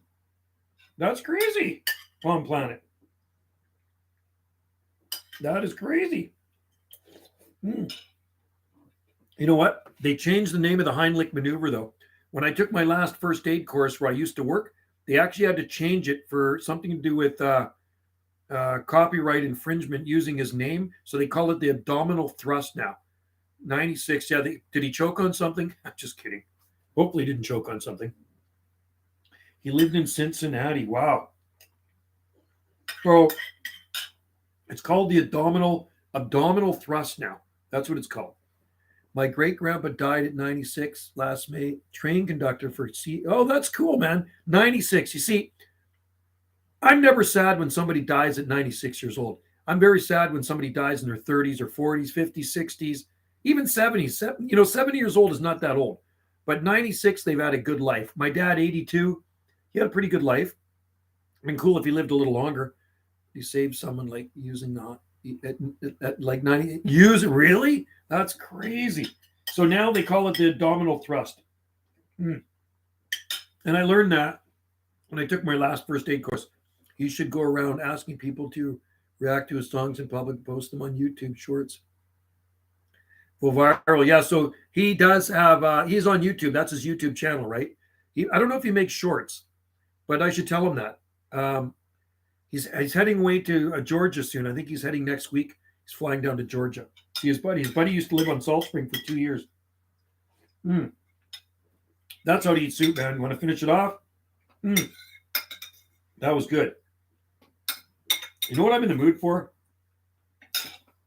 Hey, Wendy. Wonder if she's got some chips. I'm really in the mood. You know when you're in a craving for potato chips? They're super bad for you, but I have a craving for them. Yeah, he's a pretty good singer there, Trevor. And he does write his own music. Where's the blue naughty? There it is right there. I'm going to go. I subscribed, and he's been making YouTube videos since he was a little kid, man. His latest video came out 1 month ago. It's got 15,000 views on it. Wow. It's pretty good. There it is. There's a link to his channel, Trevor's channel. My cousin died at age 26. I'm very fit and healthy and never smoked, drank because of, you know what, good for you. I'll tell you something. My mom also had cancer and flower breast cancer, which is but she survived. Good for her, man. My oldest son has never drank or never smoked pot. You know that? He's totally straight edge. And he was a skater dude. He was actually a skateboarder, a sponsored skateboarder. And you look at the guy, he does have some tats on him and stuff like that. And he used to go to parties, but he would never drink. He'd never smoked drugs. He's never smoked. He's just so straight edge. He'd drink water at the parties. And he's done very well for himself. And he's going to be 33 on the 21st of this month, man. Time flies, Ryan. He's got skateboard videos of him out there. He's an amazing skateboarder. He's just unbelievable. Some of the best restaurants in the country. Indeed. Oh, I like that. Vietnamese restaurants. Vietnamese restaurants, so good. Love that. We have Vietnamese restaurants here too, but I bet you got some really good ones there. Yeah, I love to try out different restaurants. Drug cartels need to be drones. Yeah, I agree, man. Yeah. Why did the Heimlich maneuver change its name? It's something to do with the name was, when somebody uses somebody else's name and they're getting like, it's like me if I took a name from Disneyland and said this is Disney Palm World, Disney Palm Emporium, Banana Joe's Disney Palm Emporium, or Disneyland Palm Emporium. I'm using their name, or Magic Mountain Palm Emporium. They could sue me. So he didn't like it, so they had to change it to the abdominal thrust, right? So many great cuisine. I bet you, man, you probably got tons of places to eat in Washington. I'm sure my teachers would have shocked if they knew I was straight. It's good for you to be straight edge because so many people are into drugs, man. You know what I mean? Cartels, drugs. It's funny, the drug dealers probably don't even take drugs themselves. They just get everybody else messed up on those things, right? So I don't either. I don't do that stuff. You know what I mean? On a hot summer day, I'll have a cold beer. But I rarely drink. What I drink is this stuff right here. That's watermelon bubbly right there. That's good stuff. And it comes in all different flavors. Do you guys have that in the States? That's watermelon bubbly. I got peach bubbly too. The Heimlich maneuver was created in 74. I was 10 years old. 10 years old. Yeah, DC would be a cool place to visit. I would like to visit DC. It interests me because there's a lot of history there. I think the White House is pretty cool. It's like the island of Oahu. You know, island of Oahu has the palace. It's the only palace in all of the United States. You know that? The United States actually has a royal palace. It's on the island of Oahu. It actually had electricity before the White House. Did you know that? And the Hawaiians also had the first color in their newspaper. Hawaiians were pretty advanced, believe it or not. And that was a long time ago, man. You drink distilled you're drinking distilled water. Good for you, man. Good stuff. Cool Civil War battlefield here. I bet, man. Imagine going to some of those fields out there with a metal detector. You'd probably find some cool stuff, right? Maybe some old coins, maybe some Civil War buttons. A friend of mine does metal detecting here, and I talked to another friend today that's into metal detecting. She says she finds lots of cool stuff. It's an addiction. She says metal detecting is an addiction. That's one thing Wendy and I talked about, is to get a metal detector. Sit on the beach in Maui. You always see these guys with the metal detectors going up and down the beach. So anyway, the guy was down on the south end of Salt Spring Island, and he found a Civil War button from a jacket from the Civil War. Because you think about it, our island was settled in the 1850s, and a lot of Americans came here. Black Americans came from Missouri to California and up here, and other ones came too. I have seen battlefields in Belgium and Netherlands. Cool. Is that right? World War II battlefield. That's pretty cool. There's a Jubei in Normandy with shrapnel, the chunks taken out of it, and it's still there from World War II. You can find so much stuff. I know a guy found hundreds of arrowheads. Yeah, that's cool, man. We have arrowheads here. Yeah, on our beach, I thought, well, you've seen my arrowheads. I mean, I'll show you my arrowheads, some of them. And I got the dinosaur bones. So, you know, they look like this. There's a, here, I'll hold it like this. That's what you find. That's on our beach right there. You find a lot of these things. If you look around, there's part of an arrowhead. Maybe it's been so worn down. You can see that's part of an arrowhead. And here's a better one here. That's from our beach right there across the street from us. So isn't that cool? I mean, these things are thousands of years old. Isn't that wild?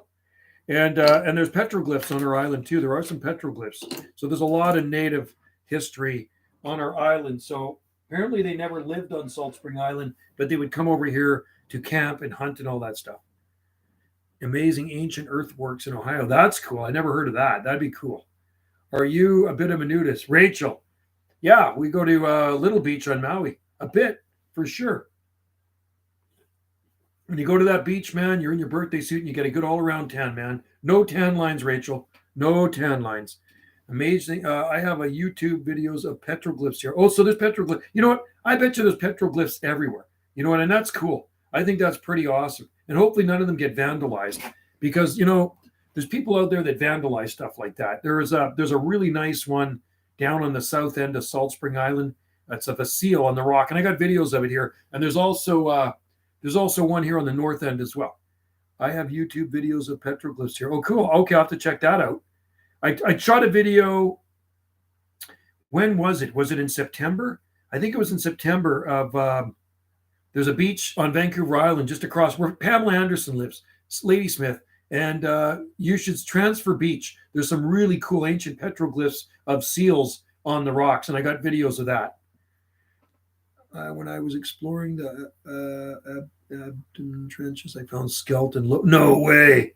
That's crazy. Cal, that would be so cool. I like that. What's my very favorite food? Oysters. Oysters is my number one favorite food. And you know what's good about here? Our beaches are covered in oysters. That's a good thing living here. No shortage of oysters. Southwest U.S. has petroglyphs everywhere you turn. Yeah. And they're in Arizona too. Lots of them. So do you have a P.O. box? No, I have an address. No P.O. box here. We have an address. We get our mail from a box, but it's our address, right? It's box number 4, but that's not how you send mail here. You have to send it to our home address. Then I pick it up at a box down the road. It's right down the road from us. I was just there today picking up more junk mail. But no, I used to have a P.O. box years ago when I was a kid, sending out QSL cards on my radios. and I pick it up at the post office. There are 5-story ancient ruins in southwest. I have videos. That is cool. 5-story. Wendy's dad was he taught she lived in North Dakota. So Wendy's dad was a anthropologist. He taught native anthropology in college. And so Wendy's been around to all the states, like all different states, and looking at that stuff, right? So she's probably seen a lot of that stuff that you've seen because her dad would take her to all these different sites and see the ancient native artifact stuff. It's kind of foggy in my area. Is it foggy? Yeah, no, it's not foggy here. It's clear here. Be clear. That's cool. So I'd love to see more of the states. One of these days, I got to get back down there. The trenches area I explored was 10 miles squared and 60,000 deaths. Holy cow. That's crazy, Cal. That is crazy. I also took up Serpent Mound in Ohio. It's a 1/4 mile long ancient snake earth. Oh, I've heard of that. I've heard of that. Was it from you or is it something I've seen on YouTube? That's insane. How old is it? Like, is it thousands of years old? Palm Nation, boom. Boom.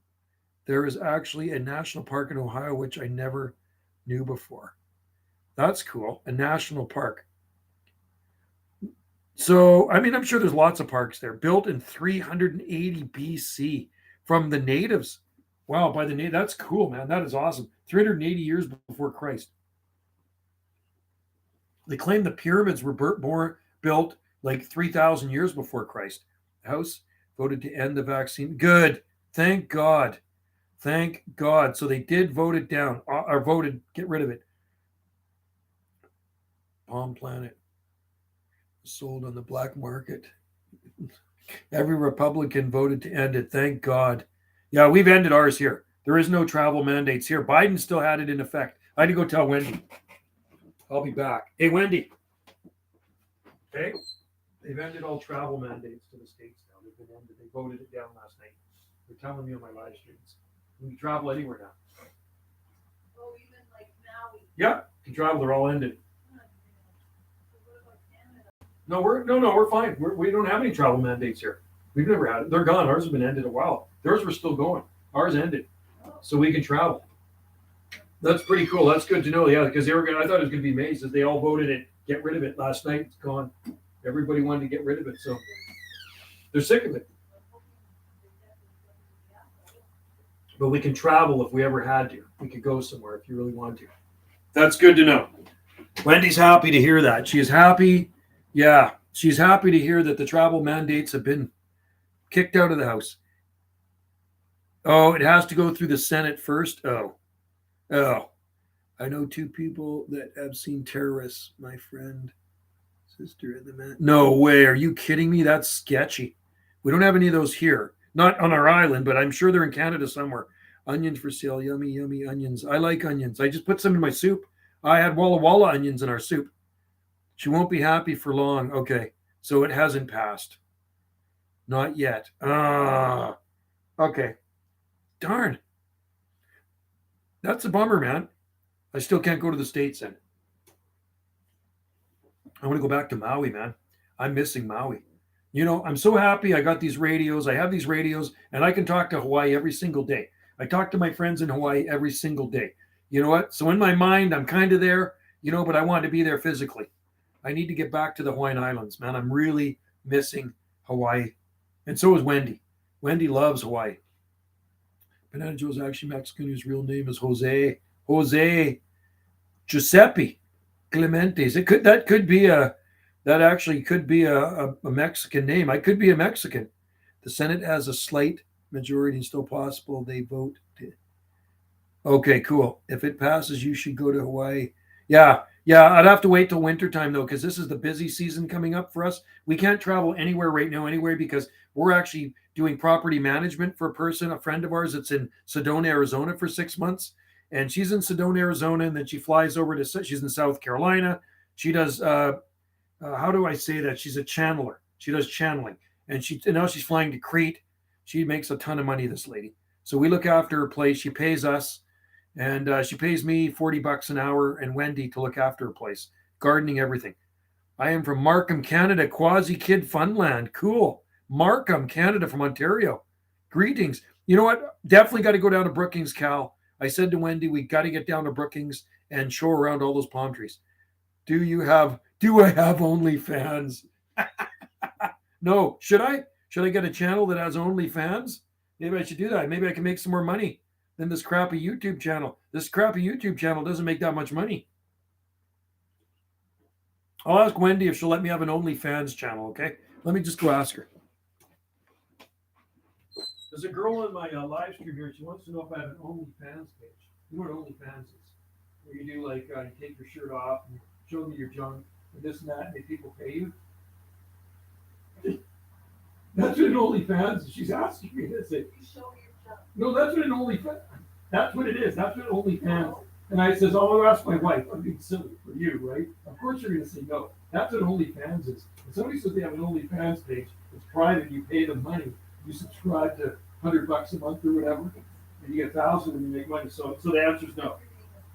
Okay, so I can't do that then. So the answer is no. She's asking if I have an OnlyFans. Okay, I'll tell her if I wasn't married. She's on there. She asked me. I don't know if she's one of the commenters. Sorry, the answer is no. No, I can't have an OnlyFans page. She said if I was single, I could have an OnlyFans page. Oh, Karos, Michael, good to see you in there. Poland. Hey, how are your palm trees growing out in Poland? What should I make a video about my GoPro Hero 5? Make a video of some plants somewhere. That's what you're going to do. Make a video of some plants. Hello from Poland. Michael's a good guy. Greetings. And he's got the shocker wave in the palm tree in there. So, Rachel, the answer to your question is no. I don't. And I'm not allowed to have one. I really want to see Brookings. Seems like it is Brookings, Palm Planet. You have to go to Brookings, Oregon, man. It is so freaking awesome. And you have to drive up and down every road to see all the different cool palms that grow there, right? I posted photos of the Scilly Isles and Palm Talk. Gotta love the Scilly Isles, man. Like 25% of the girls from my high school have one. No way. Are you serious? No way. Are you kidding me?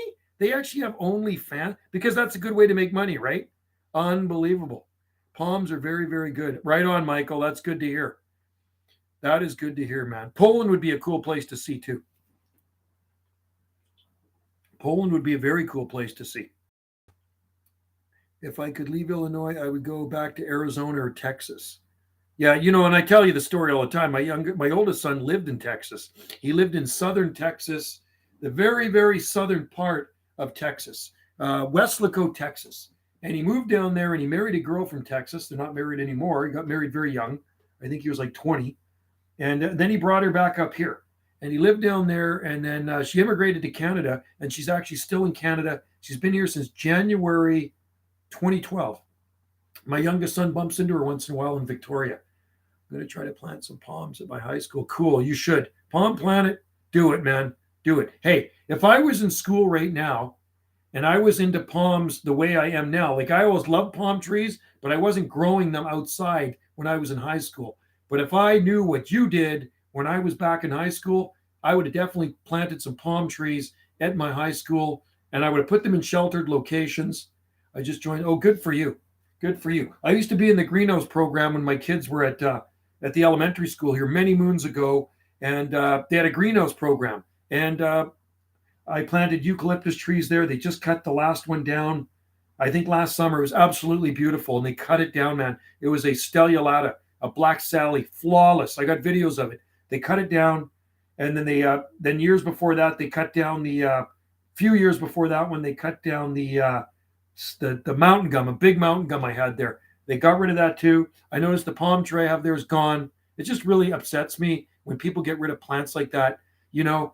And then they asked for some of my advice years ago. And they said, Joe, what are 2 nice trees we could plant in the garden here that would be usable and that are evergreen? And I says, well, why don't you try Laurus noble? It's bay trees. The bay trees are still there. I didn't plant them, but the bay trees are still there in front of the school. But the palm tree's gone. And it wasn't a very big palm tree. It was pretty neglected, but the eucalyptus trees were big and they're gone. Your stellulata, well, you know what? Palm Planet, this one had a trunk on it about probably that big. You see that? It was massive. It was a big trunk. I'm waiting for spring next week, 8 Celsius. Mike, that's good. That's good. Wow, 8 Celsius. You got to like that. Our temperature has been around that, 8 to 10 in the day, something like that. So, yeah, they cut them down. They didn't want them. A lot of people don't like eucalyptus trees here. There's lots of eucalyptus trees on our island. I went out, when I came on my way home from work today, I took pictures of some big eucalyptus trees. There's one growing beside a guy's house. I'll post it on people who love palm trees and exotic plants. It is a big, big eucalyptus tree. Mountain gum. And you know what I saw growing beside a guy's house when we went out for a walk the other day is a cineraria, a really nice cineraria growing beside. Yeah, I have plant haters. Yeah, people are like that. And you can plant palms there, Palm Planet, but somebody's going to say to you, guess what? Palm trees aren't native here. Can you plant something that's more native looking? That people are funny that way with palm trees. What is it with people and palm trees? I don't get it. I really don't get it. Palms are beautiful year round. They're disease resistant here. They're winter hardy, Trachycarpus fortunei. I call them foolproof. They grow really fast if you water them well and fertilize them. And like I say, they are year round. In the wintertime, you got something really nice to look at. So you can go plant a cherry tree, which flowers in the spring, loses its leaves in the wintertime, and it looks like crap. But a palm tree never looks like crap unless you over prune it. There is a house near me that had a big needle palm sable and 2-track. Isn't that terrible? That absolutely makes me sick. I'm the same way. Palm Planet, I'll tell you something. So I'm going to go back to one. Do you have monkeys on Salt Spring? No. Rachel, we live in Canada. This island is off the west coast of Canada. We are on the Gulf Islands. So we have palm trees, but there's no monkeys here. There's monkeys that live on our island, and they work in some of the businesses in town. Those are the only monkeys I know. Or porch monkeys, little kids. But no monkeys here. But we have, let's see, we have mink on our island. We have raccoons on our island. We have mountain lion. We have lots of deer. What else do we have? Rabbits. And the odd elk will come over here. Bear once in a while, once in a blue moon. But no monkeys. We have monkey trees. So anyway, monkey puzzles, yeah. So Palm Planet. So a friend of mine, they had a palm tree in their garden years and years ago. And they said, hey, Joe, you should come and see our palm tree. It's doing really well. So, and I says, well, what type is it? A windmill palm? She says, we're not sure what it is. So I went to their place and I says, oh my God, you guys got like a Mexican fan palm in your garden. It actually looked more California fan palm. I think it was a hybrid. I think it was a filibuster. And I said, man, this is a Washingtonia you got growing in your garden. I says, how long has this thing been here? She says, at least 8 years. I go, are you kidding me? So they didn't even know what type of palm they had. It was growing right beside their swimming pool, southwest exposure. And then under their overhang, they had these 2 big fish hook barrel cactus growing. Big fish hook barrel cactus. And not a problem at all. So anyway, I featured that. I brought one of the guys from from the Palm Society. He would come over occasionally and stay with us. And I says, Mike, I got to show you this palm tree. So he came over. We went up to Sue's place and Dan's place. We looked at the palm tree. I showed him it. He took some pictures, did an article on it. It was on the front cover of HPI, Hardy Palm International. And every winter, it always got a little bit beat up, but it always regenerated new spears and put out tons of fronds because it was in a hot spot. So anyway, they sold their place.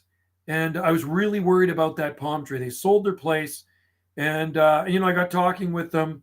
And I said, how do you think that palm is? Oh, the new owners had it removed. The new owners had it cut down.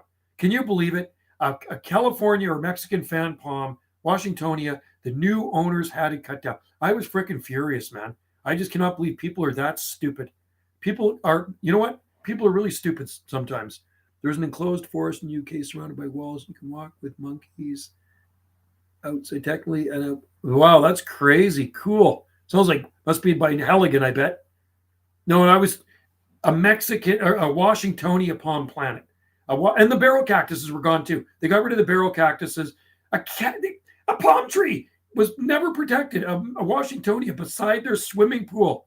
It's just unbelievable. Well, they know it was me because they had a long driveway to get to their place. But isn't that sad? There was, do you have pics of it still? Yeah, I do actually. Let me find them. Hang on. Let's take this flag down here. I might have pictures of it. Where is oh, hang on. No. Where's my hang on now. I have another photo album. Where is my other photo album? I got another Palmy photo album. Hang on, guys, bear with me. I'm kind of not seeing my other photo album. What the heck? Not there. Not there. Not there. Not there. Hang on. Let me get up in here. Do I have a picture of it in here? I'm missing a photo album here, man. That is not cool. I'll look in this book. I'll look in this photo album. I used to have a smaller photo album. I'm going to see if I have it in here. It was an HPI too. I don't know. I got so many photos in here. Yeah, it's crazy, man. I was just so freaking upset. People doing such stupid things. Burn the house from anger. Yeah, I know. Well, you know what? Some people just don't know what they have. They really don't understand what a special plant that was in their garden, right? And now it's gone. I think I have pictures of it in my other. I think I have pictures of it in my other photo album. I don't know where that photo album is. It should be up in that closet. I'm kind of baffled here. Unless, hang on. And it could be in here too. Here's some native cactus. Look at this. I'll show you our native cactus. And if you can see this here. Right here. That's what native cactus looks like on Salt Spring. You see that? Right there. I took that picture on the beach just down around the corner from our house. That's what prickly pear looks like. Very prickly. Grows in mounds on rocks right by the beach. So, agave. Dang. It might even be in this photo album, but there might be other pictures on top of it. That's the problem. Oh, there it is. There it is. I found it. Yes. Okay. So this is what it looked like. There it is right there. That's what the palm looked like right there. Never protected. And the trunk even got bigger than that, right? It got bigger than that. And then it started getting kind of smooth at the bottom. I couldn't believe it. It was absolutely beautiful. And they cut it down. So that was on Salt Spring Island. That was I probably took that picture about 1996, something like that, I guess, maybe 97. So what does it look like? It's a Washingtonia. You know, I don't know if it was a Robusta or a Filibusta, but I do have pictures of their cactus too. Dang. But I don't know where I'll show you these. I'll show you some cool monkey puzzle trees. These ones are the oldest ones in BC. These were planted in the 1800s. See, you know where those are growing? Those are in Cape Scott, northern Vancouver Island, on the far west coast of Vancouver Island. Those are Cape Scott. Look that up. Cape Scott monkey puzzle trees. Huge monkey puzzle trees, man. So those are really, really old, from the 1800s. Yeah. I do have a picture of the barrel cactus, but where is it? That's the question. That is the question. Oh, hey, here's one. I found it. There's one of them. There's one of them right there. And then there was another bigger one beside it. I must have a picture of the bigger one too. There's the smaller one, and that's a pretty good size. That cactus is probably about like this and about like that big. So that's gone too. They ripped those out too. Can you imagine how big those things would be now if that picture was taken over 25 years ago? That is absolutely insane. 1998, I took the picture. 25 years ago. That's what it says. It says August 1998 right there. Yeah. Do you use a disposable? No. Oh, I got another picture of the Washingtonia. Hey, I got another picture here. Here we go. Check this out. Here it is. Maybe it was a Flifera. There it is right there. There's another picture of the Washingtonia right there. That was growing outside with no protection, and it made the front cover of Hardy Palm International. Pretty cool, and it actually got a pretty good sized trunk on it. They were actually blown away at the Palm Society how nice that palm was. And when I heard they chopped it down, my blood was boiling. Yeah, could I grow one of those cactus in Delta? Maybe if you kept it dry, kept it really dry under an overhang. And this was growing right out in the open, right beside their swimming pool, right beside it. It's like the perfect location. I think what it was, I think that the new people probably didn't like the looks of it after it came out of winter. They should put a 30-foot DC trap. They should. If you sent it in, they would. If you sent it in, if you were part of the thing, they would do it for sure. I'll show you something here. There's the palms in front of the local pub, right? This picture was taken August 8th, 1999. Those are the palms I always take pictures of growing in front of the pub, right? So that's what they looked like in 1999. It wasn't a pub back then, it was a restaurant. So isn't that wild? Pretty cool, eh? Do I need to become a member to write an article? No, maybe not. Go online. Pacific Northwest Palm and Exotic Plant Society. Hang on. I'll find it for you. I'll find you the link. Here's another cool pic. Check this out. You want to see native cactus on Salt Spring? Here's another photo I took. Look at this. Look at how much of it's growing on the rocks. That's native cactus on Salt Spring. Here's another pic I have here. Pretty cool. If you look close, you'll see the arbutus trees bending over. In the background, there's arbutus trees in this here. This is native cactus growing up by the beach on the rocks. Now, you probably don't have to be a member. There you go. That's growing north of here. The new owners ripped that out too. That was growing at my brother-in-law's place. That's my daughter standing beside that cactus I planted. 1993, I planted a pad of that cactus in front of their place. You see the Photinia on either side? And the new owners ripped it all out, man. Gone. Used to flower profusely. Isn't that beautiful? Freaking huge, man. Huge. I'll find you a link. Another cactus here. This one was growing south of Vancouver, and the new owners ripped that out too. This guy had cactus all over the place. Old Russian dude. Look at the cactus. See that?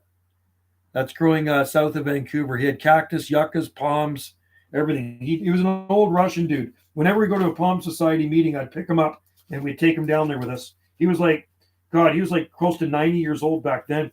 So he's been gone a long time. Old Walter Shostovsky. Let's just see what we got here. I can find you a link. Oh, you want to see a huge palm frond? What do you think of that one, man? Look at that frond, eh? Trachycarpus. I think it is. Oh no, that's Livistona. That's a Livistona. Isn't that crazy? Huge.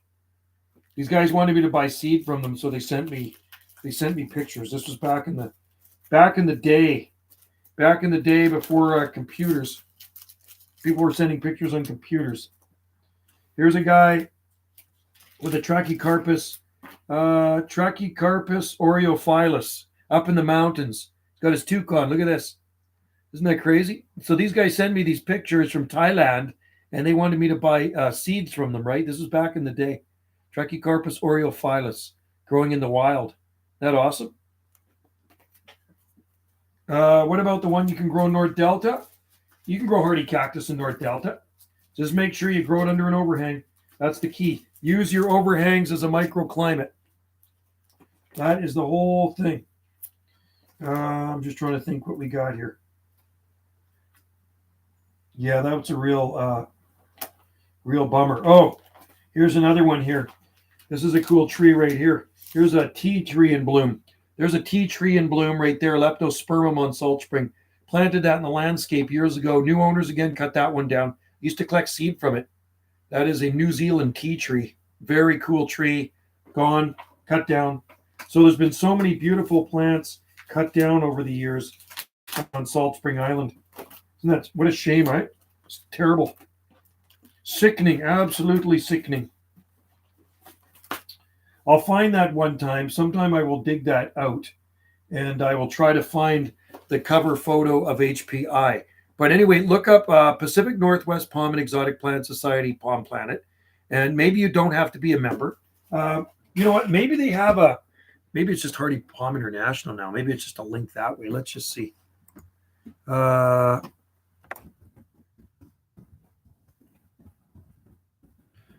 with me, folks. I'm going to try to find this for you. There it is, right there. I found you the link. There it is. Okay, I'm gonna give you this link, buddy. And there's pictures on this site too. Okay, so Palm Planet, here's something for you right here. There's our group right there. There's the link to our group. Oh, I looked it up and it said there's no longer print journal. No, they don't have a print journal anymore. It's online.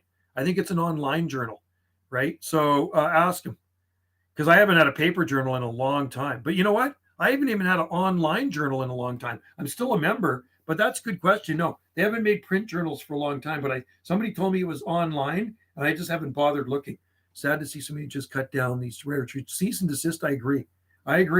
Ask them about an online thing. It's the modern age now. Nobody's doing print stuff anymore. It's a shame. I like the print journals myself. I love getting print journals in the mail. Don't you? Print journals are freaking awesome. Anyway, that was I'm glad I saved them all. And I got more in the basement too. Thanks, Joe. Do you know how much it costs to become a member? I will tell you right now. Well, anyway, this is August 2002. I'll tell you what it was in August 2002. U.S. addresses, 1 year, $25. 1 year back issues are $8 Canadian or $6 US. Back issues. Hey, you know what? Does the curtain match the drapes? Rachel, you're funny. You know what? You can ask them if they have back. Yes, it does, Rachel. And I don't even have curtains in here. You know what? Hey, you know what? Ask them if they have journals, Palm Planet. I think they might. Oh, you know what? There's a contact. I wonder if there's still the same contact number in here. No, it wouldn't be. There's a different president now, but message them. Go to the site and message them. And it might be John, not John. John Brincombe, I think, is one of the head guys there. So you ask him and see if you can buy some of these back journals, and they might still have some sitting around there, right? That would be cool. I'm gonna put these back in here. I got so many of these journals, lots of journals. My God, and not to bend them. Got to take care of these journals. Hang on. Let me put these in here.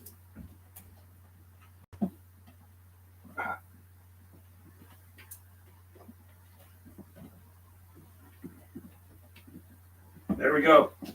Safe and sound. Now I'm missing I don't know where it is, man. That's really annoying. I'm missing a photo album. Oh, it might be in my palm thing here. Hang on. Let me look. Got to put my Hawaiian flag back up.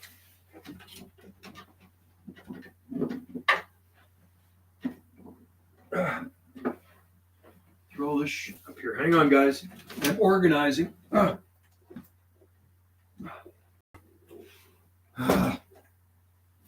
get in there after. Let me put this back up. I like my Hawaiian flag up. Maybe I'll be able to go to Hawaii sooner than. I like that for when I work my video gates on the radio, because I have a lot of Hawaiian friends. Put that back up. There. Hawaiian flag is up. So let me just see something here. I can buy all the books and stuff Q publishes. Oh, cool. I had the Eden Project, but you know what? I don't know where it is now. I had a really good book called the Eden Project from Q. Just 1 sec here. And that photo album might be in here. Is it? No, it's not. I'm baffled, man. I'm missing something. I'm missing something I shouldn't be missing, which is not good. And it's a palm. It is a palm photo album with all really old palmy pics in it. Dang. I'll have to find it. To go. Okay.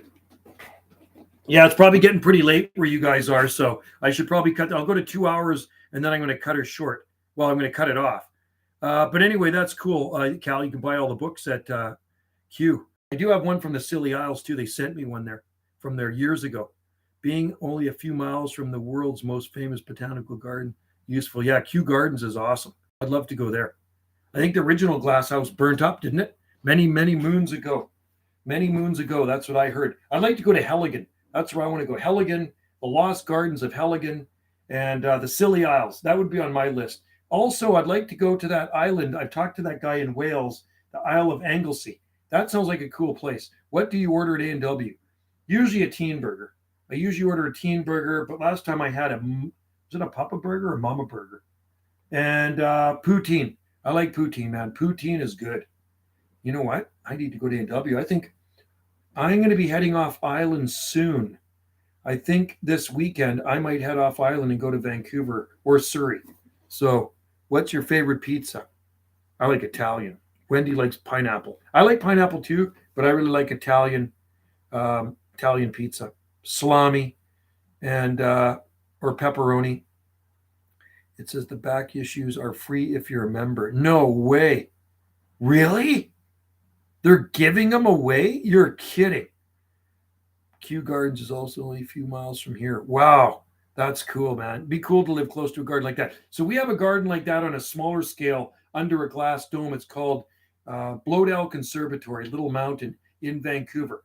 And they built it in the late 1960s because I remember going on a field trip there when I was a kid. I've been there a bunch of times. My old parrot is there.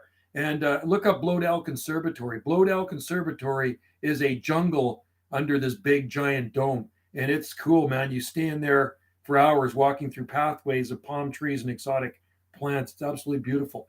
If you go to Surrey, you should go to Paradise Palms. I might do that. What road are they on again? Is it King George Highway? They're not on King George, are they? I might have to because I think Wendy's actually taking a course in Surrey. She's taking a course in Surrey, so maybe I should go there. That'd be kind of cool. Bring my camera. I could shoot a video of Paradise Palms. What road is it on again, Jesse? Give me the dirt. Yeah, cool. Paradise Palms. I could probably Google it. Where is Paradise Palms? Very cool. They are giant palms there. Are they mostly trackies? I will never buy any more trackies. I don't never need to buy trackies because I grow them from seed. But you know, it'd be cool to have like needle palm or Serrano. There was a nursery down by Art Knapp's in King George Highway, and maybe 100 feet tall. No way, really? 100 feet? Like what JL has? Yeah, like what JL has. Yeah, exactly. JL's got 100-foot palms in Nova Scotia for sure. Where's JL tonight? Where is JL? There's no JL. We're kind of missing him. That guy. What a tool. Anyway, there was a nursery down by Art. Some trees in the world are like 100. Oh, yeah, of course they are. And even palm trees are too. But I don't think there's any nursery. I don't think there's any nursery on our southwest coast of Canada that sells 100-foot palm trees. I can guarantee you that. Yeah. 40-foot. Wasn't JL banned from this channel? I don't know. I didn't ban him. No, I didn't ban him. I just kind of gave him a timeout. He's just stupid, man. I mean, I don't know what the problem with these people are. Like, there's a guy like that hangs out on channel 28, and all he does is cause problems like JL does here. They're the biggest palms I've ever seen. Really? You better hang out with me sometime. I'll show you some tall palms. I think maybe somebody did ban him. They might have. Yeah, good. That's what it is. So he'll probably be coming in as another alias, another name, right? You know, I don't know what the problem is with some of these people that cause problems like that. What their problem is to cause problems, right? There's maybe he's got a few screws loose upstairs or something. I don't know. Maybe he's on drugs or just a troublemaker. Trying to be a bully. Don't like bullies, man. Don't hit it off too well with me. They also have Chilean wine palms. Really? Oh, Chilean wine palms are expensive. And you know what? It's too bad the one at Grace Point died, man. It's unbelievable. I went there today. It's just a stump. Just sad. Another, I kind of forgot which. And another Butia capitata. Probably Butia. So I have a video of the oldest robustio planted in 1870, 120. Cool palm planted. They call that a sky duster. They call those ones sky dusters. I remember being down there and just admiring them. They were so tall. 1870, 130. That's 153 years ago. 153. Coastal red trees can survive in Illinois. Coastal redwood trees. Wow, cool. They have dildo palms. What? What's a dildo palm? Never heard of a dildo palm. A dildo palm. I never heard of that one. Pindo palms. Pindo palms. Autocorrect. Pindo palms. Yeah, they're butia. So you'd want to protect that in Delta for sure. Here, there's a big one. There's some big ones on Salt Spring Island, but on the mainland, yeah, they need protect. You should grow blue java. You know what? Yeah, I'm not going to bother. But a friend of mine messaged me the other day. He lives down the road, and he's what other type of bananas could we grow here? I says try blue java. So anyway, he ordered some seeds. Which is better, Butia or Chilean? Chilean wine palm is better. Chilean wine palm, definitely better, hardier than Butia. Yeah. I'm not gonna. Somebody gave me a butia. She's actually coming over tomorrow. She gave me a butia a couple of weeks ago, so I do actually have another butia. I was not going to buy another butia, but she gave us a butia. I'm just going to keep it in a pot. I don't think I'm going to waste my time with it. Right? I'll keep it in a pot. Maybe one day if I move, I'll bring it with me. Their website says Chilean is zone 8 to 11. Yeah. No, trust me, man. It will never survive long term anywhere on the mainland. I know that for a fact. Being in the Palm Society, I can tell you one thing. The winter of 2008 nuked any jubea on the mainland that was not protected, right? And then the last winter of December 2021 would have killed any other jubea that was planted after that. So no, they're not long term. Yeah, zone 8. If it was zone 8 in the state somewhere in the south, for sure. But zone 8 on the coast here, long term, I don't know what's long term, 5 years, 6 years. I'm pretty sure North Delta is 8. Yeah, no, I guarantee it, man. Mine died in our garden December 2021. It wasn't that big. Trunk on it was about like this. And the palm was maybe about yay high, and it froze, it died. Yeah, it's not, no, maybe mature ones. Moss grows everywhere here, Lemming Hater. Moss is everywhere here. It's all over our trees. It's mossy. Not guaranteed, man. No, it won't. It won't survive long term there. I can guarantee it. I would bank money on it. It will not survive long term. It's like trying to grow a Trachycarpus in Nova Scotia long term without winter protection, unless of course you're JL. Yeah, Jubei in London's not a problem. Easier. So wine palms are not as hardy as they say. Well, I can tell you one thing, Blast Off. The one at Grace Point died in December 2021. Its spear pulled out. But I think the contributing factor to its death was the gardener there cutting most of the fronds off every year and weakening it. So I think it was weakened because that palm we planted in 1999. It's been outside since 1999, never been phased by winter. And then you get this winter here. And I didn't think it was that cold to kill the jubea, but it died, right? So there's no more jubeas on our island. There are no more jubea over here. There's one at Pungo, Virginia, grew from seed at 10 feet tall. There you go. Yeah, there's some big ones in Seattle. I don't know if they're still there. Hopefully they are. Oh, there is some in Tofino and in Victoria. There's some big ones. They have about 6 feet of trunk on them or so. I don't have one. It died. It died in December 2021. They're hardier in a dry climate and probably would be more hardy when bigger. Yes, they're definitely hardier when bigger.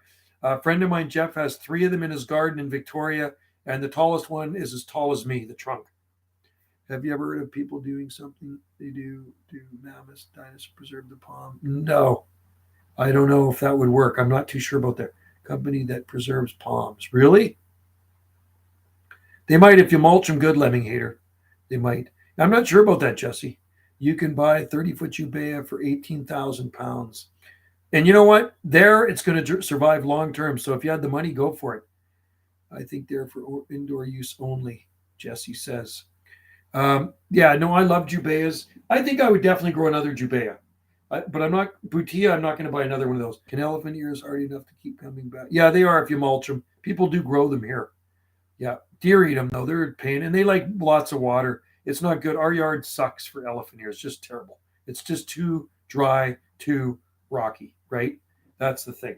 But yeah, I would get another Jubea, but I don't really want to spend the money on it. They're too expensive and they're too slow growing. And at my age, you know what? If I was Palm Planet's age, how old are you? What, 17 years old, whatever, 18?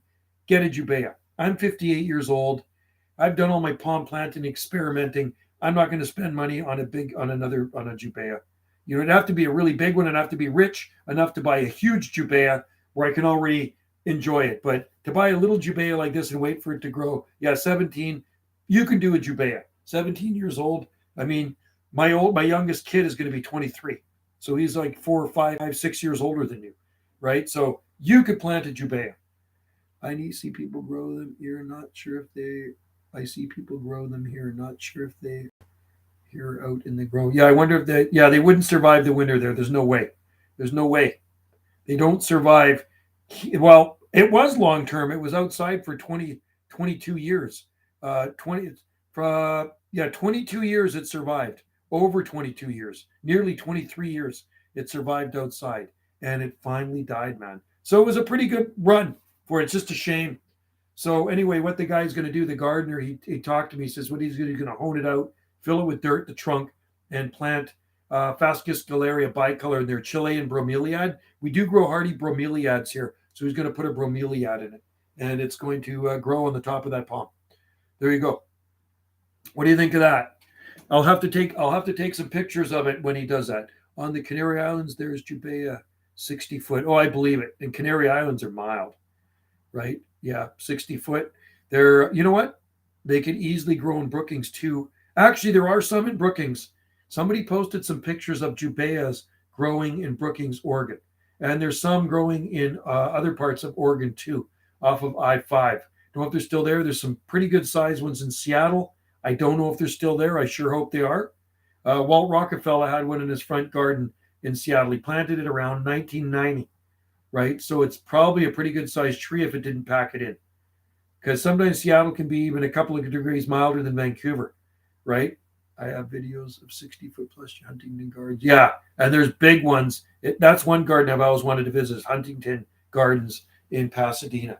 Lots of cool palms and succulents grow in that garden. I got them in some of my palm books here. So anyway, we'll go for a couple more minutes, and then I'm going to go grab some chips, and then I'm going to go relax. I better go spend some time with Wendy. She was away. She just got back from Vancouver. She was taking a course how to make a native drum, and then she's taking another course. So anyway, what's the name of that place, Jesse? The place Paradise Palms? Did you call it? What's that? What was it called again? Paradise? Was it Paradise Palms? What is the name of it in Surrey? I should check it out. Hunting and Fairchild in Miami are probably the best botanical mainline. Yeah, it is amazing. Fairchild I've never been to, but I've heard lots about it. You know, a good one to visit on the island of Oahu is Lion Arboretum. Oh, there's JL. There he is. He didn't get banned. You know what? There's one on Oahu called Lion Arboretum. Lion Arboretum is absolutely amazing. I got lots of YouTube videos I've shot here. They have Corypha there, the telepod palm, right? So I also, well, kiss the baby. I also saw 8-headed Libestona. JL, sorry. JL finally came. He's been sandbagging the whole time watching. I also saw 8-headed Libestona chinensis. No way, crazy. He didn't mean to cause troubles. JL's a good guy. Anyway, Lion Arboretum Palm Planet. If you ever go to the island of Oahu, they have about 600 species of palm trees growing there. You being an absolute palm nut would absolutely love it. I'm one of your closest friends. Yeah, sure we are. When you get over here, we'll do a live stream together. Wouldn't that be cool if JL visited here and we actually did a live stream together? What do you think of that? Wouldn't that be a cool live stream? I know when White with Dreamy Eyes comes over here, we do live streams together. You got to go visit Hawaii, dude. Like I said, I've been there 26 times now. 26 times to the Hawaiian Islands, and I'm going to keep going back to the Hawaiian Islands. I'm catching up to my aunt. She's been 29 times, right? But she doesn't go anymore. She's 100 years old. Yeah, there you go, man. When JL comes out here, we're going to do a live stream together. Isn't that going to be cool? Maybe he'll be in town. As long as you don't actually fight me, I'm felt in Vietnamese jiu-jitsu.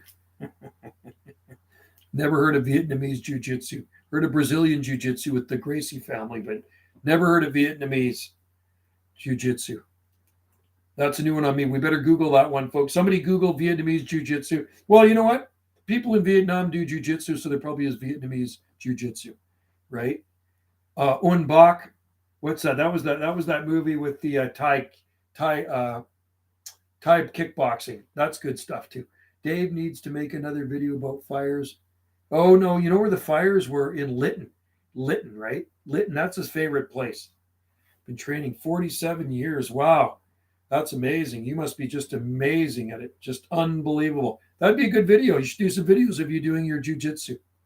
But I'm more of a brawler. Right on. He's a brawler at pubs. Yeah, you're saying that you're a pub brawler. Right on. Good for you. I'd like to see one of your brawls. I could make a YouTube video of that too. So JL's got to be, he's 47. Do you even believe half the things JL says? He's 63. JL 63. So JL's got 5 years on me. 5 years older than me. Same age as Wendy. Wendy's 63. Last year it reached 109. Some 30-year-olds punk last week. Awesome. Good for you. Last year it reached 109 degrees Fahrenheit. 109 degrees Fahrenheit, June 21st. Where's that? At your place? In Lytton, it reached 121 degrees. June. It was June 2 years ago. It'll be 2 years ago. I beat the crap out of some 30. What you munching on, Joe? I'm not munching on anything. Not munching on anything, man. I've eaten my dinner already, but I'm going to go munch on something soon.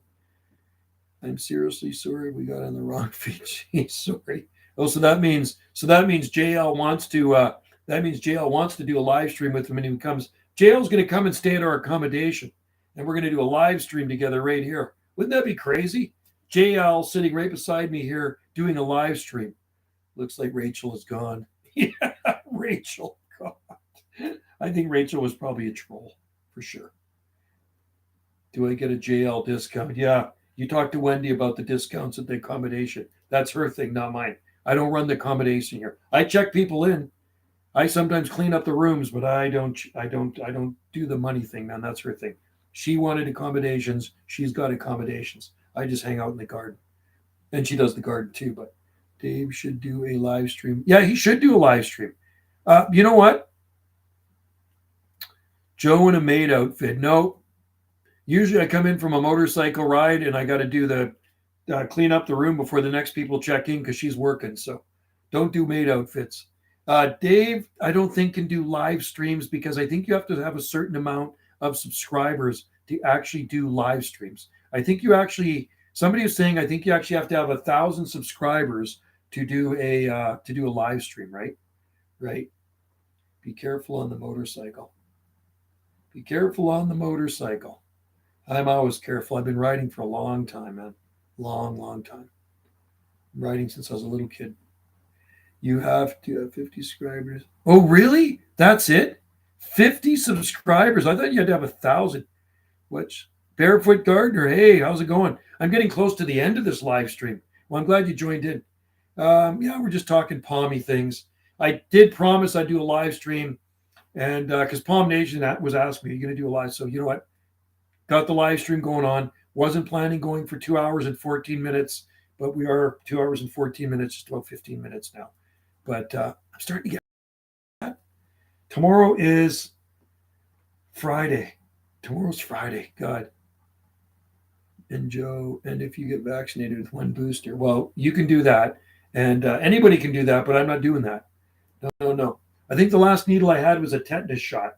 That's right. I busted my eye open. Busted the corner of my eye open on the trunk, the lid of someone's trunk of their car. I was putting a big tree into the back of their car. It was a deep Volvo trunk. I remember that. And I was heaving this tree in there, and I dropped down and I busted the corner of my eye open. I wasn't going to get a shot, but I was at work and they said, you got to go to the hospital and get a shot. So I did. What about instead? You can sit inside an acrylic box, JL. Do you wear glasses? You're visually impaired. I've had eye surgeries, dude. I've had my last eye surgery was I got 2 new lenses in my eyes. I've had this one here. I've had detached retina because I've been punched in the head a few times working out when a training, and it jars the eyeball around and it detached the retina. So that one I had major surgery under the out for an hour, put the detached retina back. Then I've had a new lens put in it, and I had a new lens put in that eye. So yeah, I am. I was one of the original scientists. He was one of the you're the jack of all trades. I will make a video on my GoPro. Very cool. Yes, I've had LASIK eye surgery too. No, I've had actually real surgery where they cut your eye open and they take out your old lens and they put a new lens in. So I have to wear glasses now for reading, not for anything else, just for reading. I don't wear glasses. I wear sunglasses because the sun bothers my eyes. I wear this so I can read. So yeah, I am visually impaired to read. Am I farsighted?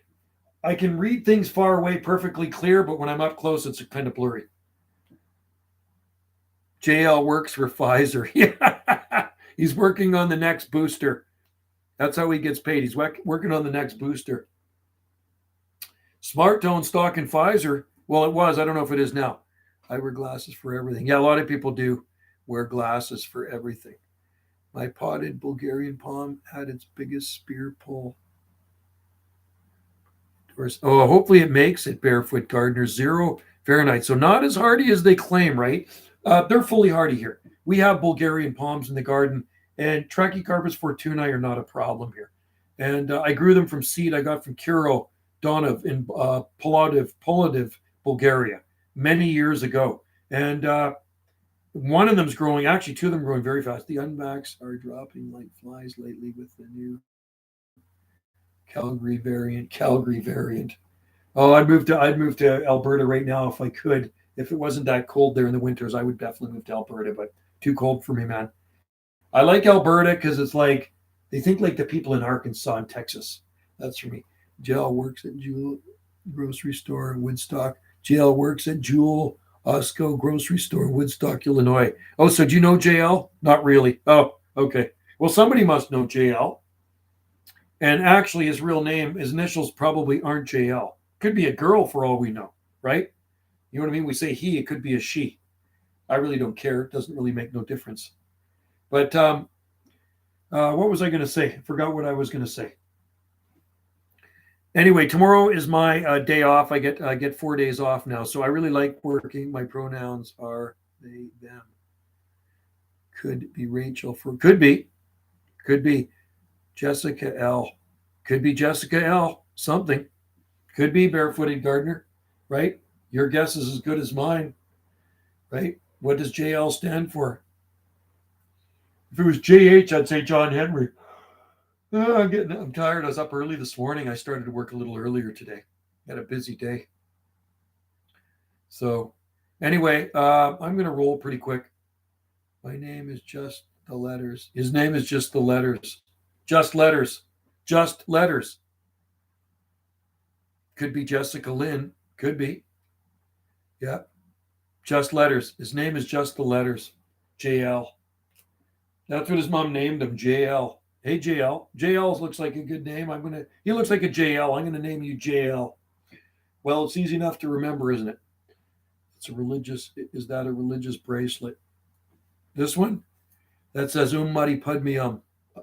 Muddy Padmium. That's a watch. That's coconut. That's made out of coconut.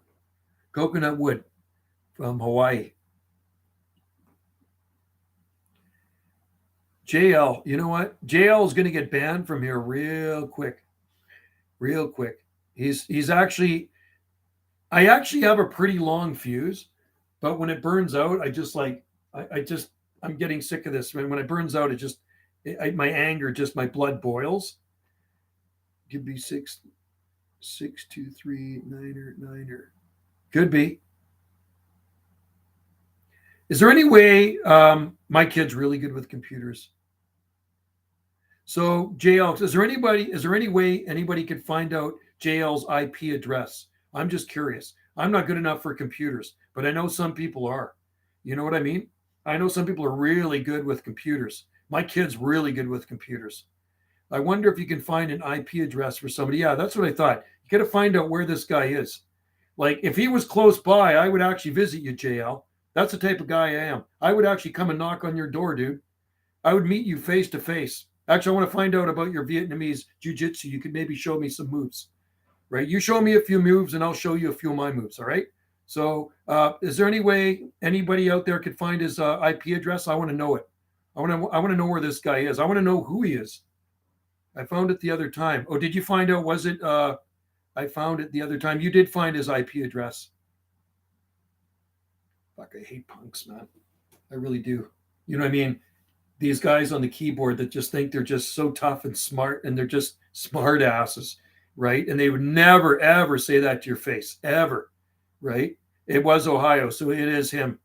It is him in Ohio. It could be, I know whose brother. It could be that, it could be Bigfoot's brother too. He seems like a bit of a little punk, right? He seems like somebody that needs a good smack upside the head, real good smack upside the head. I wouldn't have a problem doing it either. Bigfoot squad.